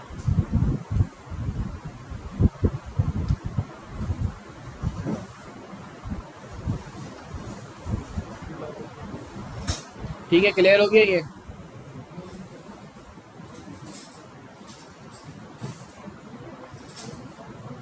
अच्छा, इस तरह के और बहुत सारे फंक्शंस होंगे जो बिल्ट इन फंक्शन है, वो हम पढ़ेंगे साथ साथ। और कुछ फंक्शंस हैं जो हम खुद से बना सकते हैं, सही है, तो वो आगे आगे खुद बनाएंगे भी कि हम अपना अपना कस्टम फंक्शन कैसे बना सकते हैं, ठीक है। अच्छा, ये जो मैंने वर्किंग करी है मैंने, जी प्लीज़ बोले। नहीं नहीं सर, आप कंटिन्यू। अच्छा, ये जो मैंने पूरी वर्किंग की, ये एक तरह से एक इतनी सारी जगह कंज्यूम करी थी कि एक सेल के अंदर मैंने 3 सेल के अंदर पहले तो मैंने अपनी 3 अपने जो वेरिएबल असाइन किए, फिर जो है एक सेल के अंदर मैंने उनको उनकी वैल्यूज़ बनाई, एक और वेरिएबल असाइन किया, फिर एक और वेरिएबल असाइन करते हुए मैंने वर्किंग करी। तो एक इस तरह से एक इतना सा टास्क सॉल्व करने के लिए मैंने 5-6 सेल्स अपने यूज़ कर लिए, सही है। क्योंकि खूबसूरत भी नज़र नहीं आ रहा, एक कोडिंग का स्टाइल भी नज़र नहीं आ रहा, बल्कि अलग अलग स्टाइल में वर्किंग हो रही है, ठीक है। और इसमें एरर के चांसेस भी हैं। लेट सपोज आपने बीच में से कोई भी एक सेल को चलाना भूल गए और नीचे आ गए, तो क्या होगा कि वो सेल डिक्लेयर ही नहीं होगा और आपके आखिर में वैल्यू नहीं आएगी। या आपने चीज़ें चेंज कर दी, आपने इनके वैल्यूज़ चेंज करी, 500 कर दिया, तो कुछ और वैल्यू कर दिया, और फिर आपने चेंज करना भूल गए और उसको चलाना भूल गए, तो क्या होगा, इसके अंदर वही वैल्यू पुरानी वैल्यू सेव रहेगी और बाकी के अंदर नई वैल्यूज़ आ जाएंगी, तो आपका आंसर गलत आएगा। तो इस तरह से बचने के लिए हमने क्या किया है कि एक ही सेल के अंदर इन सारे कोड को जमा कर दिया, सही है। आप देख सकते हैं कि दोबारा से मैंने सब वर्किंग की भी है। Cost of ice bag equals to 1.25, profit margin equals to -0.2, number of bag equals to 500। एक ही वैल्यू, हाँ तो मैं कुछ और बोला है, ठीक है, कोई मसला नहीं है। जो आप प्रॉफिट मार्जिन इक्वल्स टू 0.2 और number of bag equals to 500, ठीक है। ये मैंने तीनों वेरिएबल एक ही जगह पे असाइन कर दिए, एक के बाद एक असाइन कर दिए एंटर करके, और दोनों जो कैलकुलेशन थी उनको भी वेरिएबल्स को इसी तरह से असाइन कर दिया। Profit per bag equals to cost of ice bag multiply by profit margin, और total profit equals to number of bag multiply by profit per bag, ठीक है। और आखिर में प्रिंट का फंक्शन भी यूज़ कर लिया, वही जो मैंने अलग से यूज़ किया था उसी को मैंने यहाँ यूज़ कर लिया, ठीक है। अच्छा, अब यहाँ पे आप ये देख रहे होंगे कि मैंने कुछ हैशटैग के साथ कुछ लिखा हुआ है जो कि आप लोगों के समझने के लिए आसानी है। वो हैशटैग में लिखा हुआ है store input of the data variable, perform the required calculation, display the result. ये आप कुछ भी अपने लिए अगर पाइथन के अंदर अगर आपको कुछ कमेंट्स अपने पास ऐड करने, कुछ नोट्स अपने पास बनाने, या आप जो काम करने चाह रहे हैं उससे बिल्कुल आप कुछ लिख लें, नोट बना लें, तो आप ये हैशटैग को यूज़ करते हुए आप हैशटैग के बाद आप कुछ भी लिखेंगे तो वो आपका एग्जीक्यूशन का पार्ट नहीं बनेगा, सही है। पाइथन कभी भी इसको इस लाइन को एग्जीक्यूट नहीं करेगा, बल्कि इसको कमेंट समझते हुए इसको छोड़ देगा। सही है। तो ये हैश करके जो लिखा हुआ है, तो ये कमेंट है, इसका पाइथन के अंदर रन नहीं हो पाएगा, पाइथन को समझ नहीं पाएगा क्या लिखा हुआ है, और उसको एज इट इज़ छोड़ देगा। ठीक है।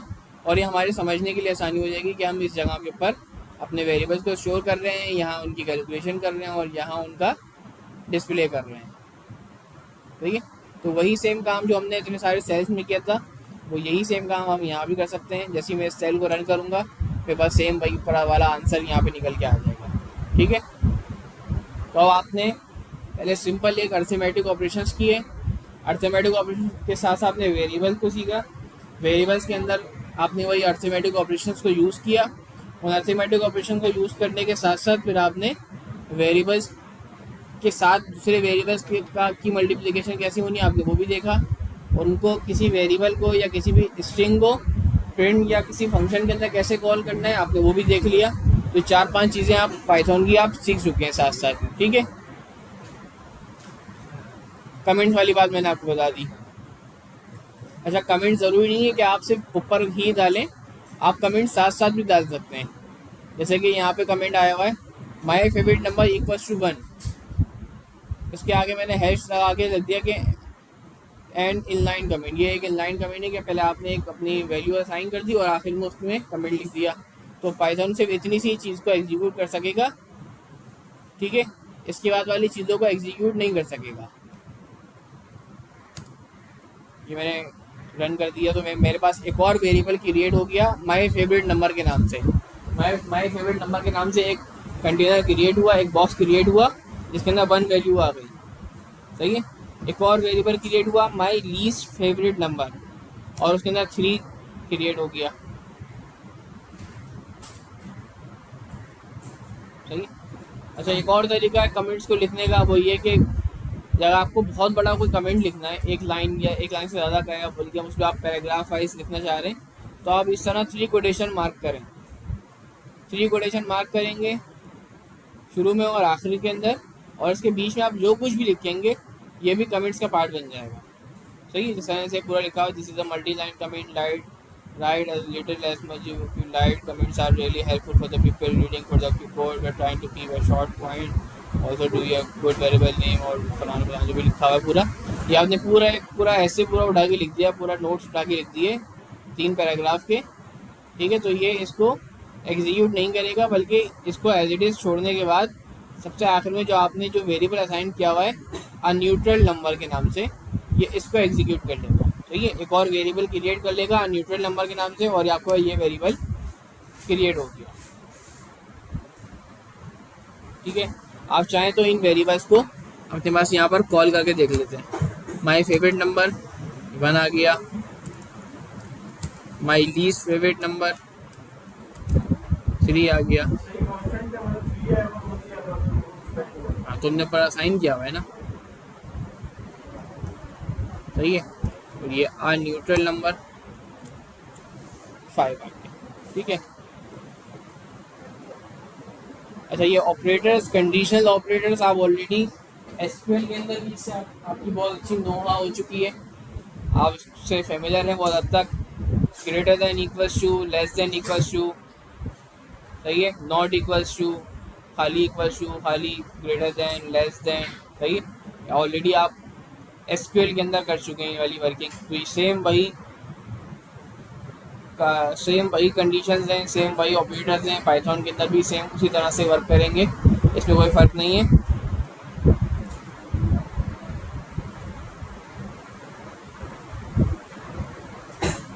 ठीक है। ये 3 वेरिएबल थे जो आपने असाइन किए थे, my favourite number equals to 1, my least favourite number equals to 5 और न्यूट्रल नंबर इक्वल्स टू 3, ये आपने असाइन कर दिया। ठीक है। अब आप डबल इक्वल्स को देखना चाह रहे हैं। डबल इक्वल्स क्या करता है, ये चेक करता है। सही है। और आपको रिटर्न करेगा कुछ ना कुछ वैल्यू। आप ये बोल रहे हैं कि my favourite number equals to 1, यानी कि चेक करो कि मेरा फेवरेट नंबर 1 है कि नहीं। असाइन नहीं कर रहे, इक्वल्स टू में असाइन होता है और डबल इक्वल्स टू में चेक हो जाएगा। सही है।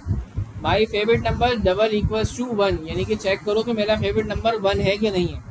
तो जैसे ही आपने ये इस सेल को रन करेंगे, आपके पास जो आंसर आएगा वो क्या आएगा, ट्रू। हाँ सही है, सही है, क्योंकि ज़ाहिर है हाँ, अगर आपने ऊपर 2 या 3, 5, 10 कुछ और असाइन किया होता तो यहाँ पे फॉल्स आ रहा होता। ठीक है, तो मैंने एक ट्रू की एग्जाम्पल दिखा दी आपको। इस तरीके से फॉल्स की एग्जाम्पल देख लेते हैं। My favourite number equals to my least favourite number.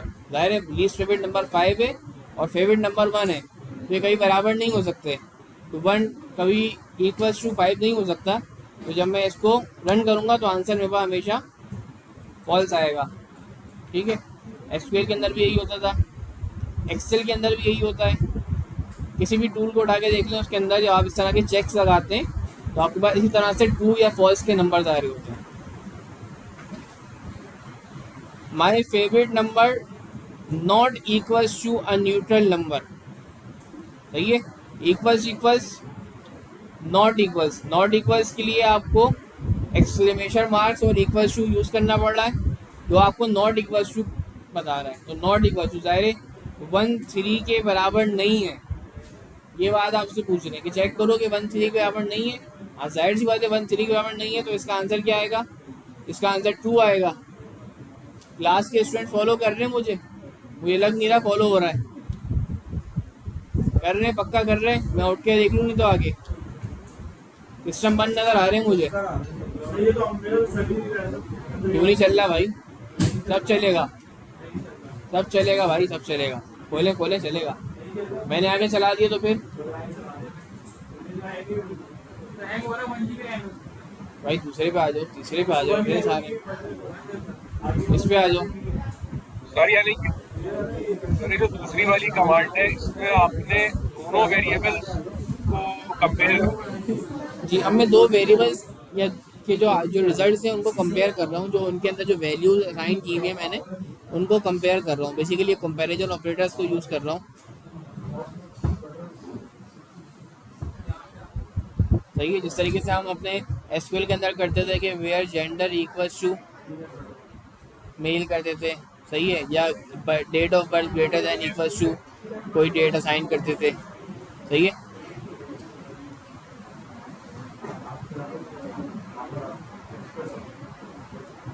Not equals to, सही है, neutral number not equals to 3, जबकि न्यूट्रल नंबर 3 है। मैं उसको नॉट इक्वल्स टू 3 बोलूँगा तो क्या बोलेगा वो, फॉल्स देगा आंसर, फॉल्स दे रहा है, बिल्कुल सही। ठीक है, my least favourite number greater than a neutral number. मेरा लीस्ट फेवरेट नंबर 5 है, जो कि ज़ाहिर है न्यूट्रल नंबर 3 से बड़ा है, तो आंसर ट्रू आना चाहिए, ट्रू ही आ रहा है। My favourite number greater then my least favourite number.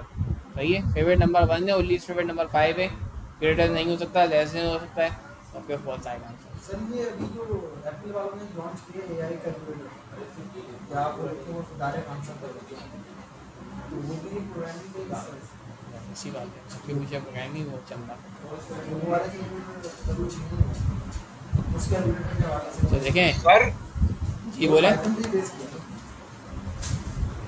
बोले सर ये इक्वालिटी चेक्स यूज करके, ये इक्वालिटी चेक्स इसमें जो मुख्तलिफ तरह के एक्सेस वगैरह प्रोवाइड कर रहे होते हैं वेबसाइट्स में, तो ये most probably equality checks use करके ही होता होगा। जाहिर सी बात है, वो जब चेक करते होंगे, वो इक्वलिटी चेक के साथ साथ और बहुत सारी चीज़ें होती हैं। जो इक्वल्स के ऊपर भी डिपेंड कर रहा होता है, बाकी वो तो इन पे डिपेंड करता है, वो अपने डेटाबेस में जाते होंगे।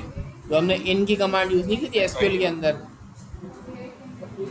जब भी आपने यूज़र नेम पासवर्ड डालेंगे तो आपकी यूज़र नेम को अपने डेटाबेस में जाके चेक करेगा कि यूज़र नेम है कि नहीं है, और फिर उस यूज़र नेम के अगेंस्ट जो पासवर्ड होगी उसको इक्वल करके देगा कि इसके अगेंस्ट वाला जो पासवर्ड उससे मैच हो रहा है कि नहीं हो रहा। सही है, अगर वो ट्रू होगा तो फिर वो आगे ट्रू होगा तो दायरे वो एक्सेस हो पाएगा। देखिए दो चीज़ें हैं जो आप पूछ रहे हैं ना, एआई जी जो अभी आजकल जो एक नई बहस चल रही है ना कि एआई सीखना है। एआई सीखने के दो तरीके हैं, एक ये कि जो एआई की जो बनी हुई जो एप्लीकेशन है वो सीखना है, या एआई कैसे बन रही है या कैसे काम कर रही है वो सीखना है। जो मैं आपको सिखाने आया हूँ ना, यहाँ पर एआई कैसे काम करेगी वो सिखाऊंगा। सही है, ये एआई को काम करने के लिए जो चीज़ें चाहिए होती हैं, जिस तरह से जो जर्नी है एआई के बनने की, वो मैं आपको वो सिखाने जा रहा हूँ। जो आपको मशीन लर्निंग वाला पार्ट है वो सारा कोड लेवल नहीं, वो बोर्ड लेवल नहीं, उसका एक अलग डोमेन है, ये डोमेन अलग है, आप जिस बारे में ज़्यादा कोड लेवल कह सकते हैं। कि बेसिक स्ट्रक्चर और बेसिक डेवलपमेंट तो इसी बेस पे हो गया। एक एआई का दूसरा पार्ट वो है कि जो एआई बेस्ड एप्लीकेशन, जो एआई बेस्ड जो प्रोग्राम्स या चीज़ें बन चुकी हैं, उसके ऊपर भी लोग कोर्स कराते हैं। उसके ऊपर भी बहुत सारी चीज़ें हो रही हैं कि जिसके अंदर आपके बहुत सारे वेब के कोर्सेज, वेब डेवलपमेंट के कोर्सेज हो रहे हैं जो एआई को यूज़ कराते हुए करा रहे हैं, और बहुत सारी चीज़ें जो आपके टूल्स आ गए, उन टूल्स को यूज़ करना सिखा रहे हैं बहुत सारे कंपनीज और बहुत सारे इदारे। तो वो एक अलग एआई है। मैं जो है बता रहा हूँ आपको, बेसिकली एआई से पहले जो मशीन लर्निंग और मशीन लर्निंग से पहले जो आपकी पूरी जो पाइथन है, वो पूरी हिस्ट्री वहाँ से लेके चल रहा हूँ मैं, ठीक है। तो ये दो अलग अलग अप्रोच है। ये मशीन लर्निंग का ही पार्ट है। बेसिकली ये मशीन लर्निंग सीखने के लिए आपको बेसिक तो आना चाहिए ना पाइथन, तो बेसिक पाइथन की क्लासेस चल रही हैं। कहाँ? सर जैसे आपने वो प्रिंट की जो कमांड बताई है, दोबारा बोले। आपने फिर बता, आप क्या बोल रहे थे ऑनलाइन पे भाई? सर बताएं। आपने जो प्रिंट, मैं कह रहा था सर कि जो प्रिंट की डिमांड है, ये भी अपने मतलब कि जैसे जब हम चैट जीपीटी के ऊपर कोई आंसर निकालते हैं, तो वो भी बैक एंड के ऊपर बेसिकली प्रिंट की डिमांड ही प्रिंट की कमांड ही होती होगी, जो कि उसको एक सर्टेन स्टेटमेंट के अंदर पूरा हमें आर्टिकल या जो भी चीज़ है वो निकाल के देता है। जाहिर है ऐसा ही है, बेसिक समझने के लिए ऐसा ही है। और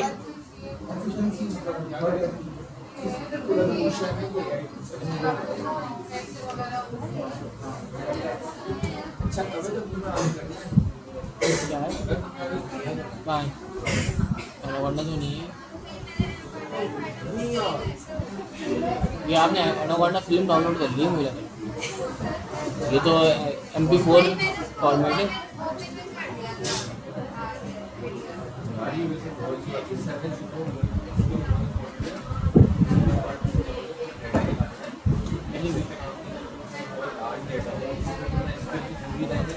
गलत डाउनलोड किया है, दोबारा कर लेना डाउनलोड।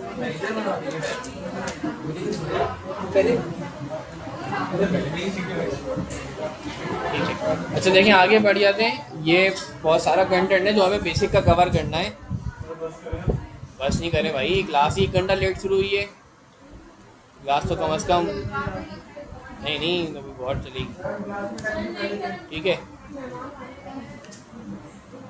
ये कौन बोला नहीं करें जो 1 घंटा खुद बाहर बैठ कर आए? आपको नहीं पढ़ना तो आप वैसे ही चले, यहाँ कोई मना थोड़ी कर रहा क्लास में बैठे। एटलीस्ट जो बच्चे पढ़ लें को पढ़ने होते हैं, मुझे पता है प्रैक्टिस भी नहीं कर रहे होंगे अभी। ये अटेंडेंस मार्क करते चले हैं, मसला नहीं है। बोले वो जिसको क्लास में पढ़ाई भी कर रहा हो। हम तो यहाँ बिल्कुल फजूल काम कर रहे हैं।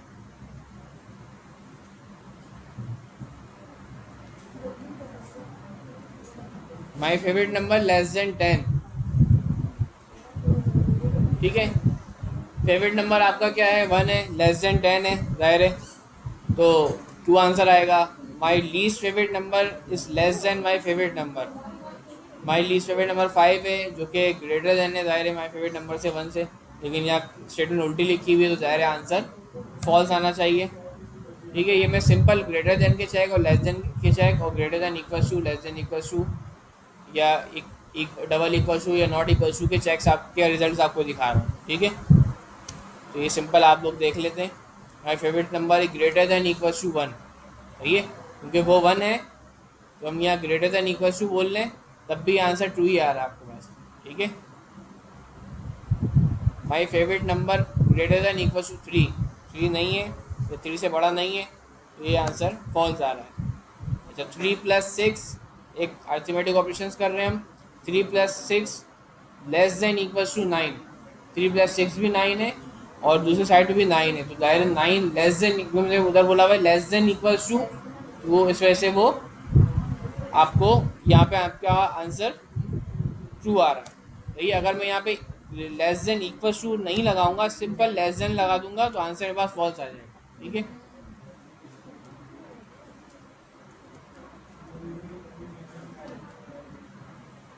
दो नंबर्स को प्लस करने के बाद भी उसको चेक कर रहा हूँ। माई favourite number plus neutral number, neutral number के अंदर 3 है, फेवरेट नंबर के अंदर 1 है, 1 + 3 = 4, तो 4 इज ग्रेटर देन 3 है, तो मैं यहाँ बोल रहा हूँ लेस देन इक्वल टू 3, ज़ाहिर फॉल्स ऑपरेशन है, फॉल्स बात कर रहा हूँ मैं, तो आंसर मेरा फॉल्स आ जाएगा। ठीक है, सेम वही चीज़ जो हमने ऊपर सीखी है उसी की एक छोटी सी प्रैक्टिस दोबारा कर रहे हैं। आइस बैग इक्वल्स टू 1.25, और एक मैं दोबारा एक चेक बना रहा हूँ कि इज़ आइस बैग एक्सपेंसिव, एक वेरिएबल असाइन कर रहा हूँ इज़ आइस बैग एक्सपेंसिव के नाम से, और बोल रहा हूँ कि कॉस्ट ऑफ आइस बैग अगर ग्रेटर दैन इक्वल्स टू 10 है, सही है, तो आप ये बोल दें, प्रिंट कर दें, प्रिंट के अंदर आपने पहले तो आप सेंटेंस लिखें कि is the bag expensive, question पूछें, क्वेश्चन मार्क इस तरह करा के, और कॉमा करके दूसरा आर्ग्यूमेंट जो मैंने इसका ट्रू या फॉल्स निकल के आएगा आंसर वो दे दें। ठीक है, तो आपके पास यहाँ पर जब आप स्टेटमेंट को रन करेंगे तो आपके पास यहाँ पे आ गया is the ice bag expensive, false, सही, क्या आइस बैग एक्सपेंसिव नहीं है। ठीक है, क्योंकि ऊपर आपने उसके एक्सपेंसिव होने की जो कंडीशन रखी है वो ग्रेटर दैन इक्वल टू 10 की रखी है, सही है।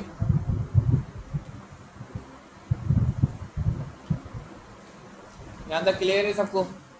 बेसिक, बहुत बेसिक था, सब कुछ आता है आपको यहाँ तक। ठीक है, आगे वाली कंडीशन भी आप लोगों को आती है, जो लॉजिकल ऑपरेटर्स हमने यूज़ किए थे, एंड और नॉट वाले, सही है, ये भी दो कंडीशंस आप एक साथ एसक्यूएल में दे रहे थे, तो आपने एंड को यूज़ करते हुए डिफरेंट कंडीशन असाइन की थी, एंड या फिर और करके, सही है, या नॉट करके यूज़ कर लिया था, नॉट लाइक मेल, सही है, नॉट लाइक, सही है, तो वो आपका नॉट की कमांड भी यूज़ हो रही थी। तो यहाँ पर कुछ इसकी प्रैक्टिस कर लेते हैं कि माई फेवरेट नंबर आपके पास आपने दोबारा कॉल कर लिया जो कि 1 आ रहा है, my favourite number my favourite number greater than 0 and my favourite number is less than equal to 3, ज़ाहिर है मेरा फेवरेट नंबर 1 है जो कि इक्वल टू ग्रेटर देन 0 है, ये बात भी ट्रू हो रही है, और सेकेंड कंडीशन क्या है कि लेस देन इक्वल टू 3 है, ये बात भी 3 है। जब ये दोनों कंडीशन फुलफिल हो गई तो नीचे मेरे पास क्या आना चाहिए, ट्रू आना चाहिए, तो ट्रू ही आ रहा है। एसक्यूएल में भी होता है जब वो दोनों कंडीशन ट्रू होती थी तो मेरी आगे कंडीशन बनती थी, सही है। My favourite number is less than 0 and my favourite number greater than equal to 0, नहीं लेस देन 0 नहीं है, वो ग्रेटर देन 0 है, तो यहाँ पे कंडीशन मीट नहीं कर रही, एक कंडीशन मीट नहीं कर रही, एक कंडीशन मीट कर रही है, जबकि एंड बोलता है कि उसको दोनों कंडीशन मीट करनी चाहिए, जब दोनों कंडीशन मीट करेंगे तभी वो ट्रू पे पास करेगा, अदरवाइज वो फॉल्स कर देगा, तो इस कंडीशन में आपका फॉल्स आ गया, सही है, सेम वही चलता हुआ आ रहा है। My favourite number greater than 0 and my favourite number greater than equals to 3, यहाँ मैं बोल रहा हूँ ग्रेटर देन इक्वल टू 3, एक तरफ बोल रहा हूँ कि वो ग्रेटर देन 0, एक तरफ बोल रहा हूँ कि ग्रेटर देन इक्वल टू 3 है, नहीं भाई ग्रेटर देन इक्वल टू 3 थोड़ी है वो,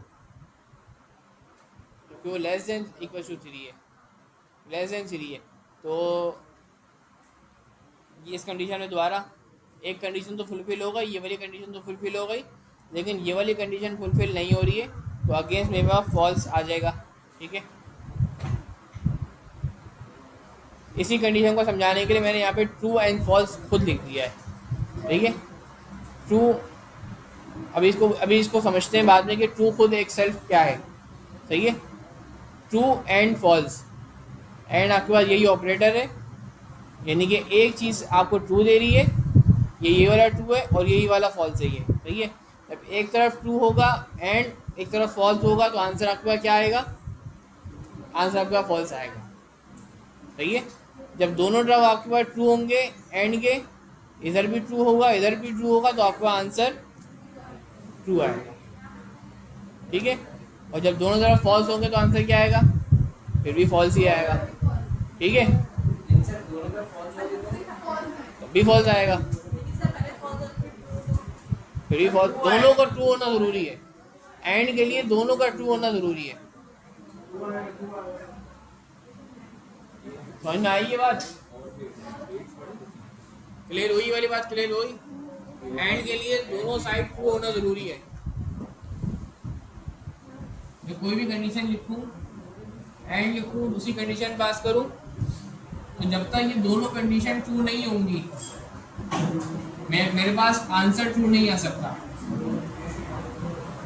सही है? वो पर हमने एग्जाम्पल भी सॉल्व करी। तो अगर मैं यहाँ पे ट्रू एंड फॉल्स लिखूं, यानी कि एक तरफ ट्रू आ रहा है एक तरफ फॉल्स है, तो आंसर मेरे को फॉल्स ही आएगा।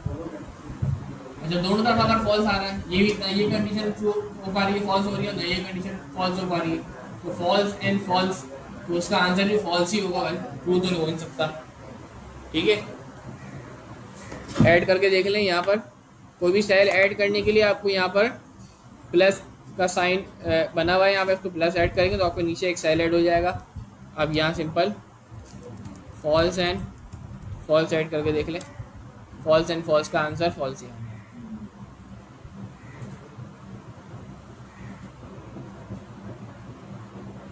ठीक है, ये तो एंड ऑपरेटर था। अब मैं और ऑपरेटर के ऊपर आ जाता हूँ। ये सब चीज़ें सिंपल रिकॉल हो रही हैं आपकी, और बेसिकली और कुछ भी नहीं हो रहा। न्यूट्रल नंबर 3 आपका, आपको पहले से आपने असाइन कर दिया एक variable, neutral number equal to 3। अब आप बोल रहे हैं न्यूट्रल नंबर इज इक्वल 3 और माई favourite number is less than 0। Favourite number 1 था, जो कि ज़ाहिर है लेस देन 0 नहीं है। फॉल्स का जो है वो सर, जी बोले। ट्रू एंड फॉल्स का जो है वो ट्रू है या फॉल्स है? ट्रू एंड फॉल्स का ज़ाहिर है फॉल्स आएगा ना, एक तरफ ट्रू और एक तरफ फॉल्स है। एंड ऑपरेटर के जब दोनों तरफ ट्रू होगा तभी वो ट्रू देगा। जब उसकी कोई भी एक कंडीशन फॉल्स हो जाएगी तो कभी भी ट्रू नहीं देगा आपको आंसर। जब दोनों तरफ ट्रू होगा तभी आपका आंसर ट्रू आ रहा होगा। ठीक है, अब ये और कंडीशन है, आपका न्यूट्रल नंबर इक्वल्स 3 है, बिल्कुल सही है, लेकिन आपका फेवरेट नंबर लेस देन 0 नहीं है, सही है, 1 है। लेकिन क्योंकि आपकी एक कंडीशन, दोनों में से कोई भी एक कंडीशन फुलफिल हो गई है, तो आपके पास आंसर यहाँ पर अब ट्रू आ जाएगा। सही है, क्योंकि हमने यहाँ पे और ऑपरेटर लगाया हुआ है। अगर यहाँ पर एंड ऑपरेटर होता तो इसका आंसर फॉल्स होता, क्योंकि दोनों कंडीशन को मीट करना होता। ठीक है, आइए मैं यहाँ पे और लगा के चला रहा हूँ, तो यहाँ पे मेरा आंसर इसका ट्रू आ रहा है। ठीक है, क्योंकि दोनों में से कोई भी एक कंडीशन को मैच होना चाहिए। जैसी एक कंडीशन मैच हो गई, मेरा आंसर ट्रू आ गया।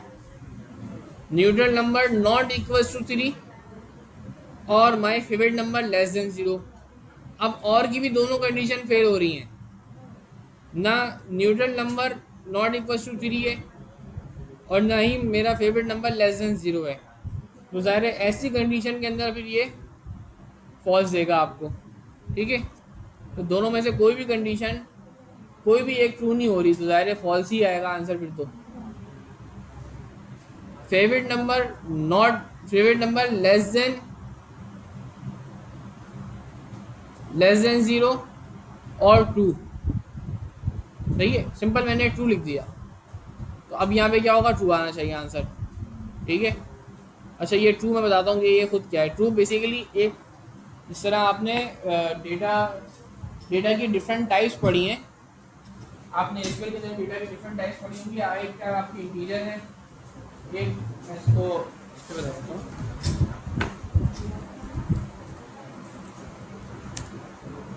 एक टाइप आपकी इंटीजर है।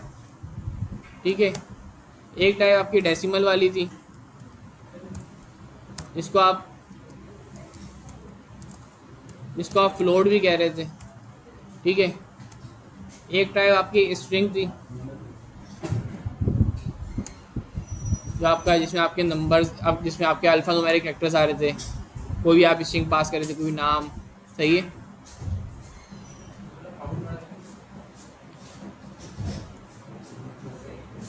ठीक है, एक टाइप आपकी डेट थी जो आपने पढ़ी थी एसक्यूएल के अंदर। ठीक है, इसके साथ साथ पाइथन, अब मैं पाइथन की बात कर रहा हूँ, तो पाइथन के अंदर एक टाइप आपकी होती है बूल। सही है, ये बेसिकली बूलियन से निकला है।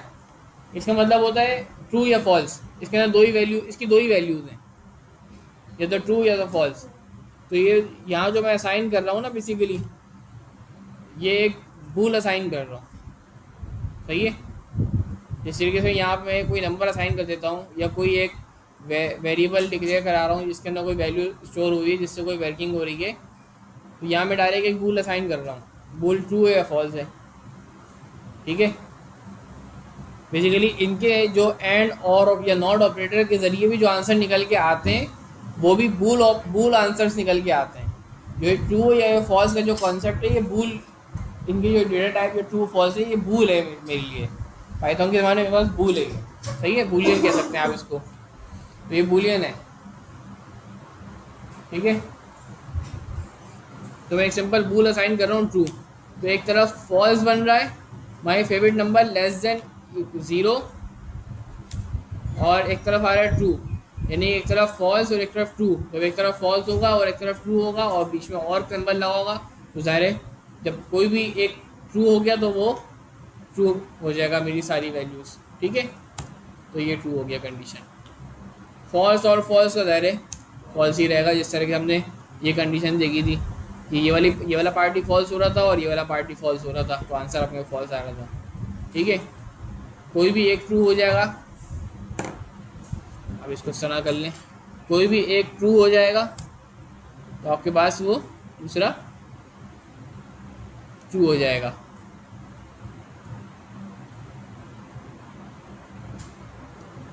तीसरा ऑपरेटर आपके पास नॉट का ऑपरेटर है, यानी कि जो भी वैल्यू आपने साइन की हुई है आगे उसका रिवर्ट, ठीक है। एसक्यूएल के अंदर हम यही कर रहे थे, नॉट लाइक, सही है, नॉट इन, इस तरह करके आप अपनी वैल्यूज को असाइन कर रहे थे। याद है एसक्यूएल की कमांड आपको किसी को जिसने नॉट यूज़ किया हो?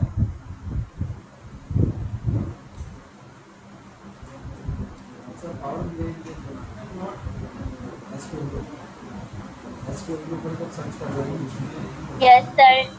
बताएं बताएं।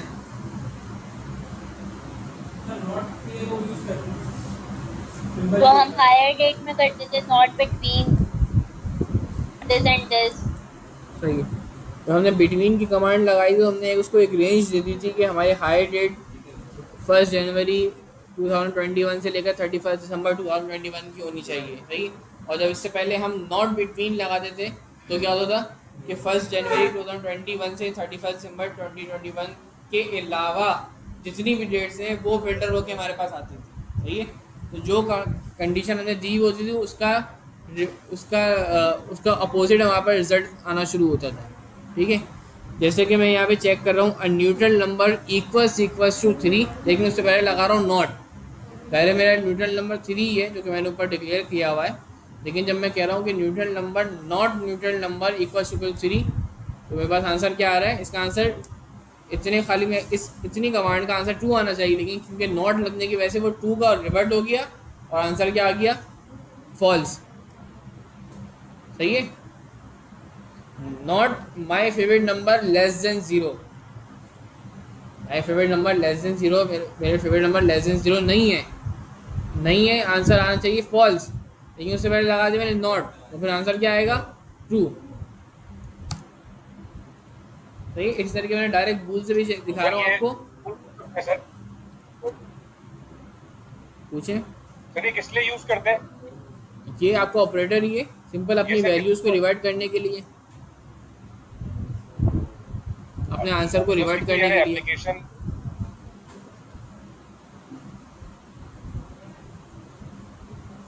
इसकी तरह एप्लीकेशन होती है या नहीं?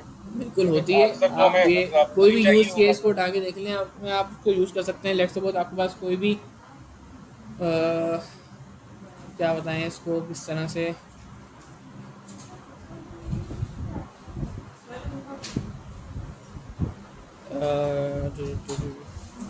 कोई ख़ास स्पेसिफिक लोग हैं जिनको आपको जो है ना कोई सेल्स या उनको कोई प्रोमो कोड असाइन नहीं करना, तो बजाय इसके कि आप अपने 1000 कस्टमर को प्रोमो कोड असाइन करें, आप सिंपल जिनको नहीं असाइन करना उनका लिखकर अच्छा आप नोट कर देंगे तो आपकी चीज़ शुरू हो जाएगी और आपको कोड एग्जीक्यूट हो जाएगा। ठीक है, मैंने वो कोड पढ़ना के फर्स्ट टाइम यूजर्स वाला कोड होता है, बिल्कुल इस तरह वही वाला कोड। ये जो सही थी अभी।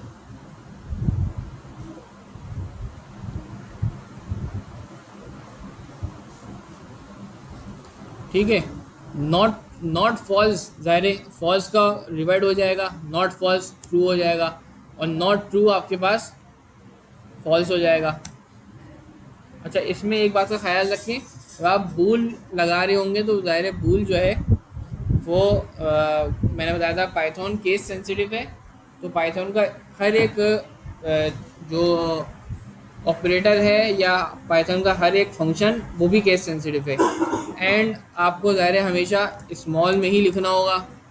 ठीक है, अगर आप कैपिटल में लिख देंगे तो ये एंड ऑपरेटर वाला एंड नहीं रहेगा, या आप इस तरह से लिखते हैं प्रॉपर में लिख दें तो वो एंड ऑपरेटर वाला एंड नहीं रहेगा, बल्कि जो पाइथन का जो एंड ऑपरेटर है वो हमेशा स्मॉल लेटर का है। ठीक है, इस तरीके से पाइथन में जो ये बूल के जो बूल जो है आपके पास है ट्रू फॉल्स, उसमें हमेशा टी कैपिटल है। सही है, ये ट्रू आपका बूल नहीं बनेगा कभी भी, या ये ट्रू आपका बूल नहीं बनेगा कभी भी। इस तरीके से ये फॉल्स कभी भी आपका बूल नहीं बनेगा, या ये फॉल्स आपका कभी भी बूल नहीं बनेगा। फॉल्स के लिए आपको हमेशा एफ कैपिटल होना चाहिए, और इस तरह से जब आप बिल्कुल करेक्ट लिखेंगे फॉल्स तो ये आप देखेंगे उसको ग्रीन मार्क कर देगा। सही है, या उसको थोड़ा सा बोल्ड मार्क कर देगा। जो लोग कोलैब में यूज़ कर रहे हैं वो भी थोड़ा सा देखेंगे, उनका जो ऑपरेटर है वो थोड़ा सा बोल्ड मार्क हुआ होगा।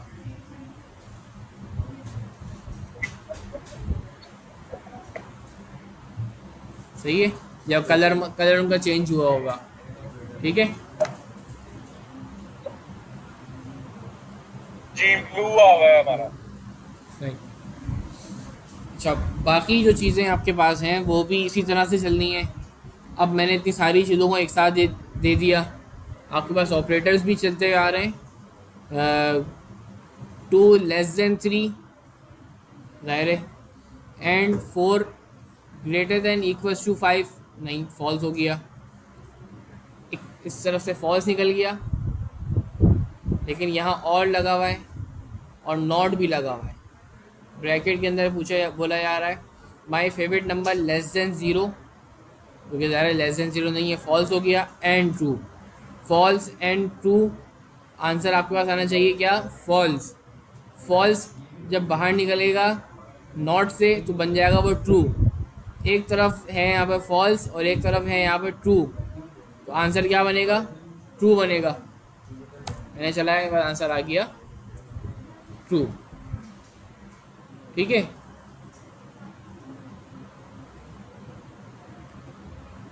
बिल्कुल इसी तरह से एक ब्रैकेट में आपके पास है true and 0 less than 1।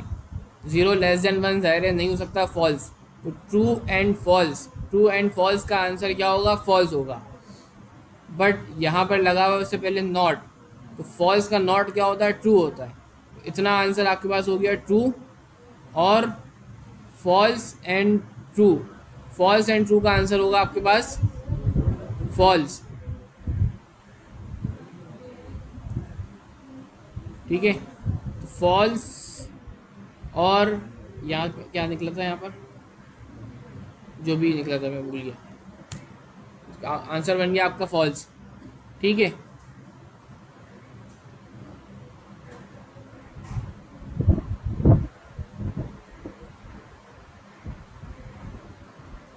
Sir ये आखिरी वाला बल्कि नहीं, सॉरी बड़ा हो गया। ये वाला जिस पे हूँ अभी, ये देखें जी सर, ये तो ग्रेट अरे और नॉट ट्रू एंड फॉल्स मिल गया ना। True and 0 is less than 1, ज़ाहिर है 0 लेस देन 1 ही है, तो इधर भी ट्रू है, तो ट्रू एंड ट्रू आंसर आ गया ट्रू। तो ये इस हाईलाइटेड जगह का आंसर आ गया ट्रू। ट्रू जब इस ब्रैकेट से बाहर निकला, बाहर इसको मिला एंड, सॉरी बाहर इसको मिला नॉट, तो वो ट्रू कन्वर्ट हो गया नॉट के ज़रिए फॉल्स के अंदर। तो मेरी इतना पार्ट का आंसर आ गया फॉल्स, सही है। और यहाँ लगा हुआ है false and true, false and true का आंसर होगा फॉल्स, सही है। इधर भी फॉल्स है और इधर भी फॉल्स है, तो फॉल्स और फॉल्स का आंसर फॉल्स ही होगा जी। हाँ, कंडीशन कैसे हो रही मतलब? नहीं, 0 <1 ही तो होता है।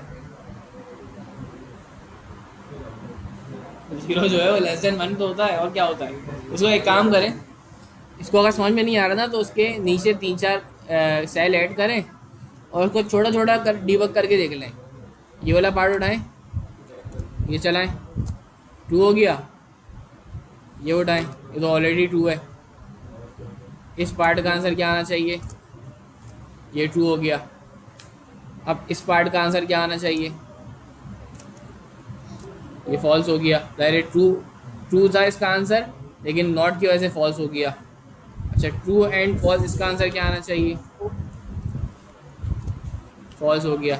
अब इस पूरे को चला के देख लें, ये जब एक तरफ फॉल्स हो दूसरा भी फॉल्स हो, तो फॉल्स और फॉल्स क्या होगा? फॉल्स ही होगा, ठीक है।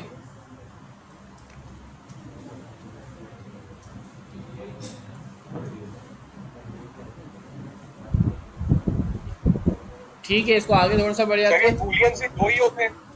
बूलियन 2 ही होते हैं, बिल्कुल। ये तो ट्रू या तो फॉल्स, तीसरा कुछ भी नहीं। फॉल्स एंड ट्रू, बिल्कुल, न्यूट्रल कुछ भी नहीं होता, सही है।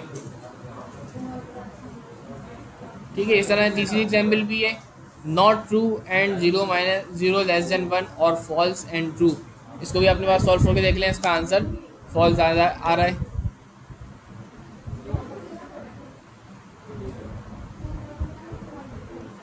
अच्छा, लेकिन अब तक तो हमारे पास यहाँ पे पैरेंथेसिस लगे हुए थे, ब्रैकेट असाइन हुए थे, तो हमें वर्किंग करने में और पाइथन को वर्कआउट करने में आसानी थी, क्योंकि वो बोर्ड मास रूल फॉलो करता है।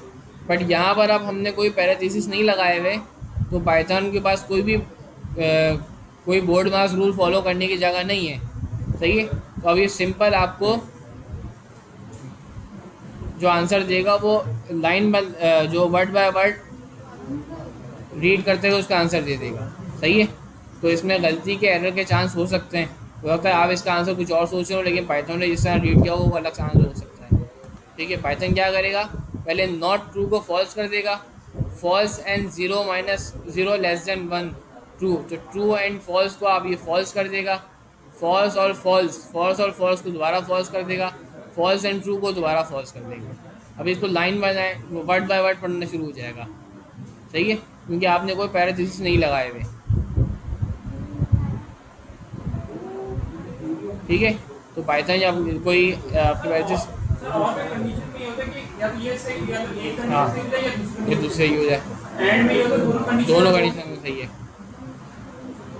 और नॉट में होता है कि जो कंडीशन सही है उसको उल्टा कर दो, जो भी रिजल्ट आ रहा है उसको उल्टा कर दो बस।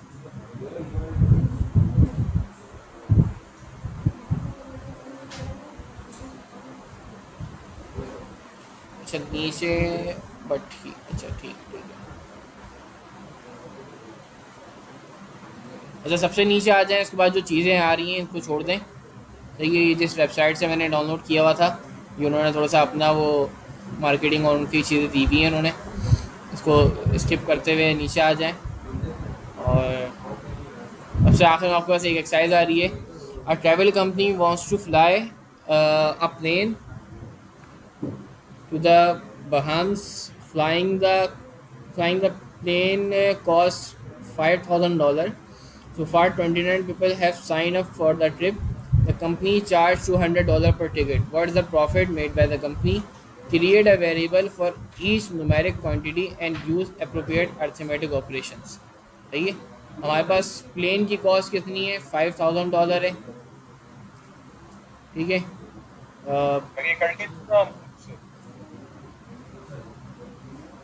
टोटल पेपर्स हमारे पास कितने हैं? 29 पेपर्स हैं जिन्होंने साइन किया हुआ है, और कंपनी कितना डॉलर चार्ज कर रही है पर टिकट? $200 चार्ज कर रही है पर टिकट। दो टिकट कॉस्ट आपके पास, आपने 3 वेरिएबल असाइन कर लिए, amount receive by company, company को कितना अमाउंट रिसीव हुआ है, तो टोटल पीपल 29 थे, एक की कॉस्ट 200 थी, तो total peoples multiply by cost of ticket, सही है, आपने सिंपल मल्टीप्लाई कर दिया। अच्छा, पाइथन के अंदर एक्स्ट्रा स्पेसिंग से या एक्स्ट्रा एंटर करने से कोई फ़र्क नहीं पड़ता, सही है, जिस तरह एसक्यूएल के अंदर कोई फ़र्क नहीं पड़ता था, उस तरह पाइथन के अंदर भी कोई फ़र्क नहीं पड़ता, ठीक है। मैं यहाँ मल्टीपल इंटर भी दे सकता हूँ, लेकिन वो एग्जीक्यूट पूरा ही हो पाएगा, ठीक है। तो अमाउंट आ गई आपके पास, ठीक है, रेवेन्यू आ गया। अब आपको प्रॉफिट निकालना है, तो अपने कॉस्ट से माइनस कर दिया जो आपकी अमाउंट आई है, तो आपके पास ज़ाहिर है टोटल प्रॉफिट निकल कर आ गया। 5000 का आपके पास कॉस्ट थी, और जो लोगों से आपने अमाउंट ली वो कुछ अमाउंट थी, वो अमाउंट कितनी थी वो अमाउंट भी देख लेते हैं।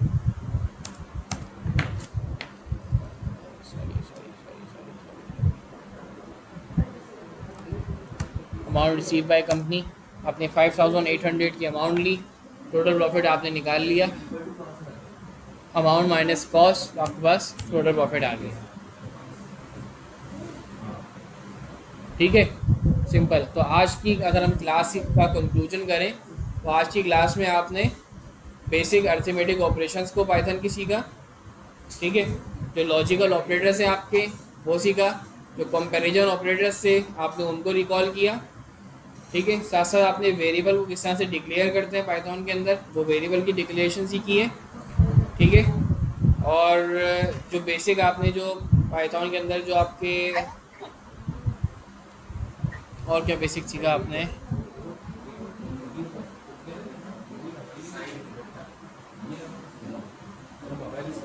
जो बेसिक आपके पास जो कमांड थी प्रिंट की, तो आपका एक फंक्शन है प्रिंट का फंक्शन, आपने बेसिकली यूज़ किया, आपने चीज़ों को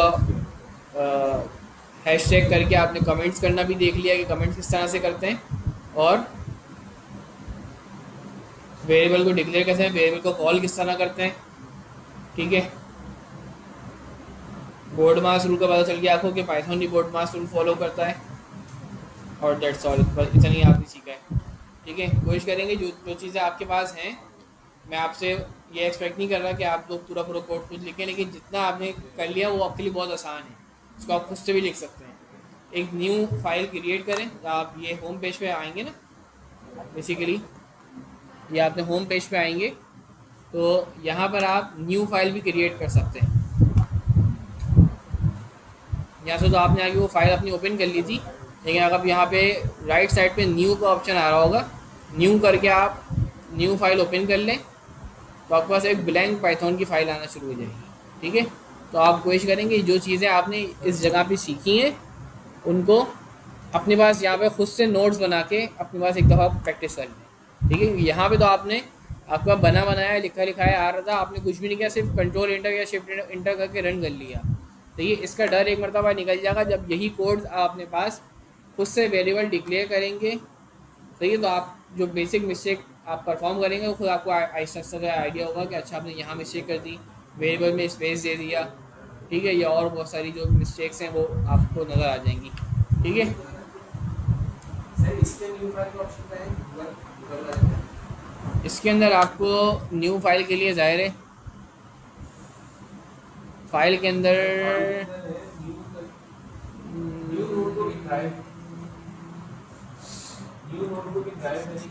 ठीक है, न्यू नोटबुक इन ड्राइव करते हैं, ठीक है, न्यू नोटबुक इन ड्राइव करें, ये आपके पास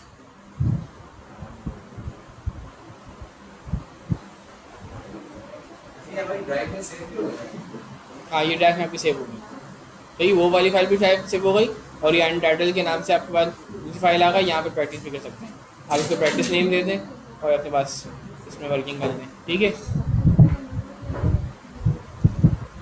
तो मैं फ़िलहाल रिकॉर्डिंग भी ऑफ कर रहा हूँ और क्लास को भी एंड कर लेते हैं।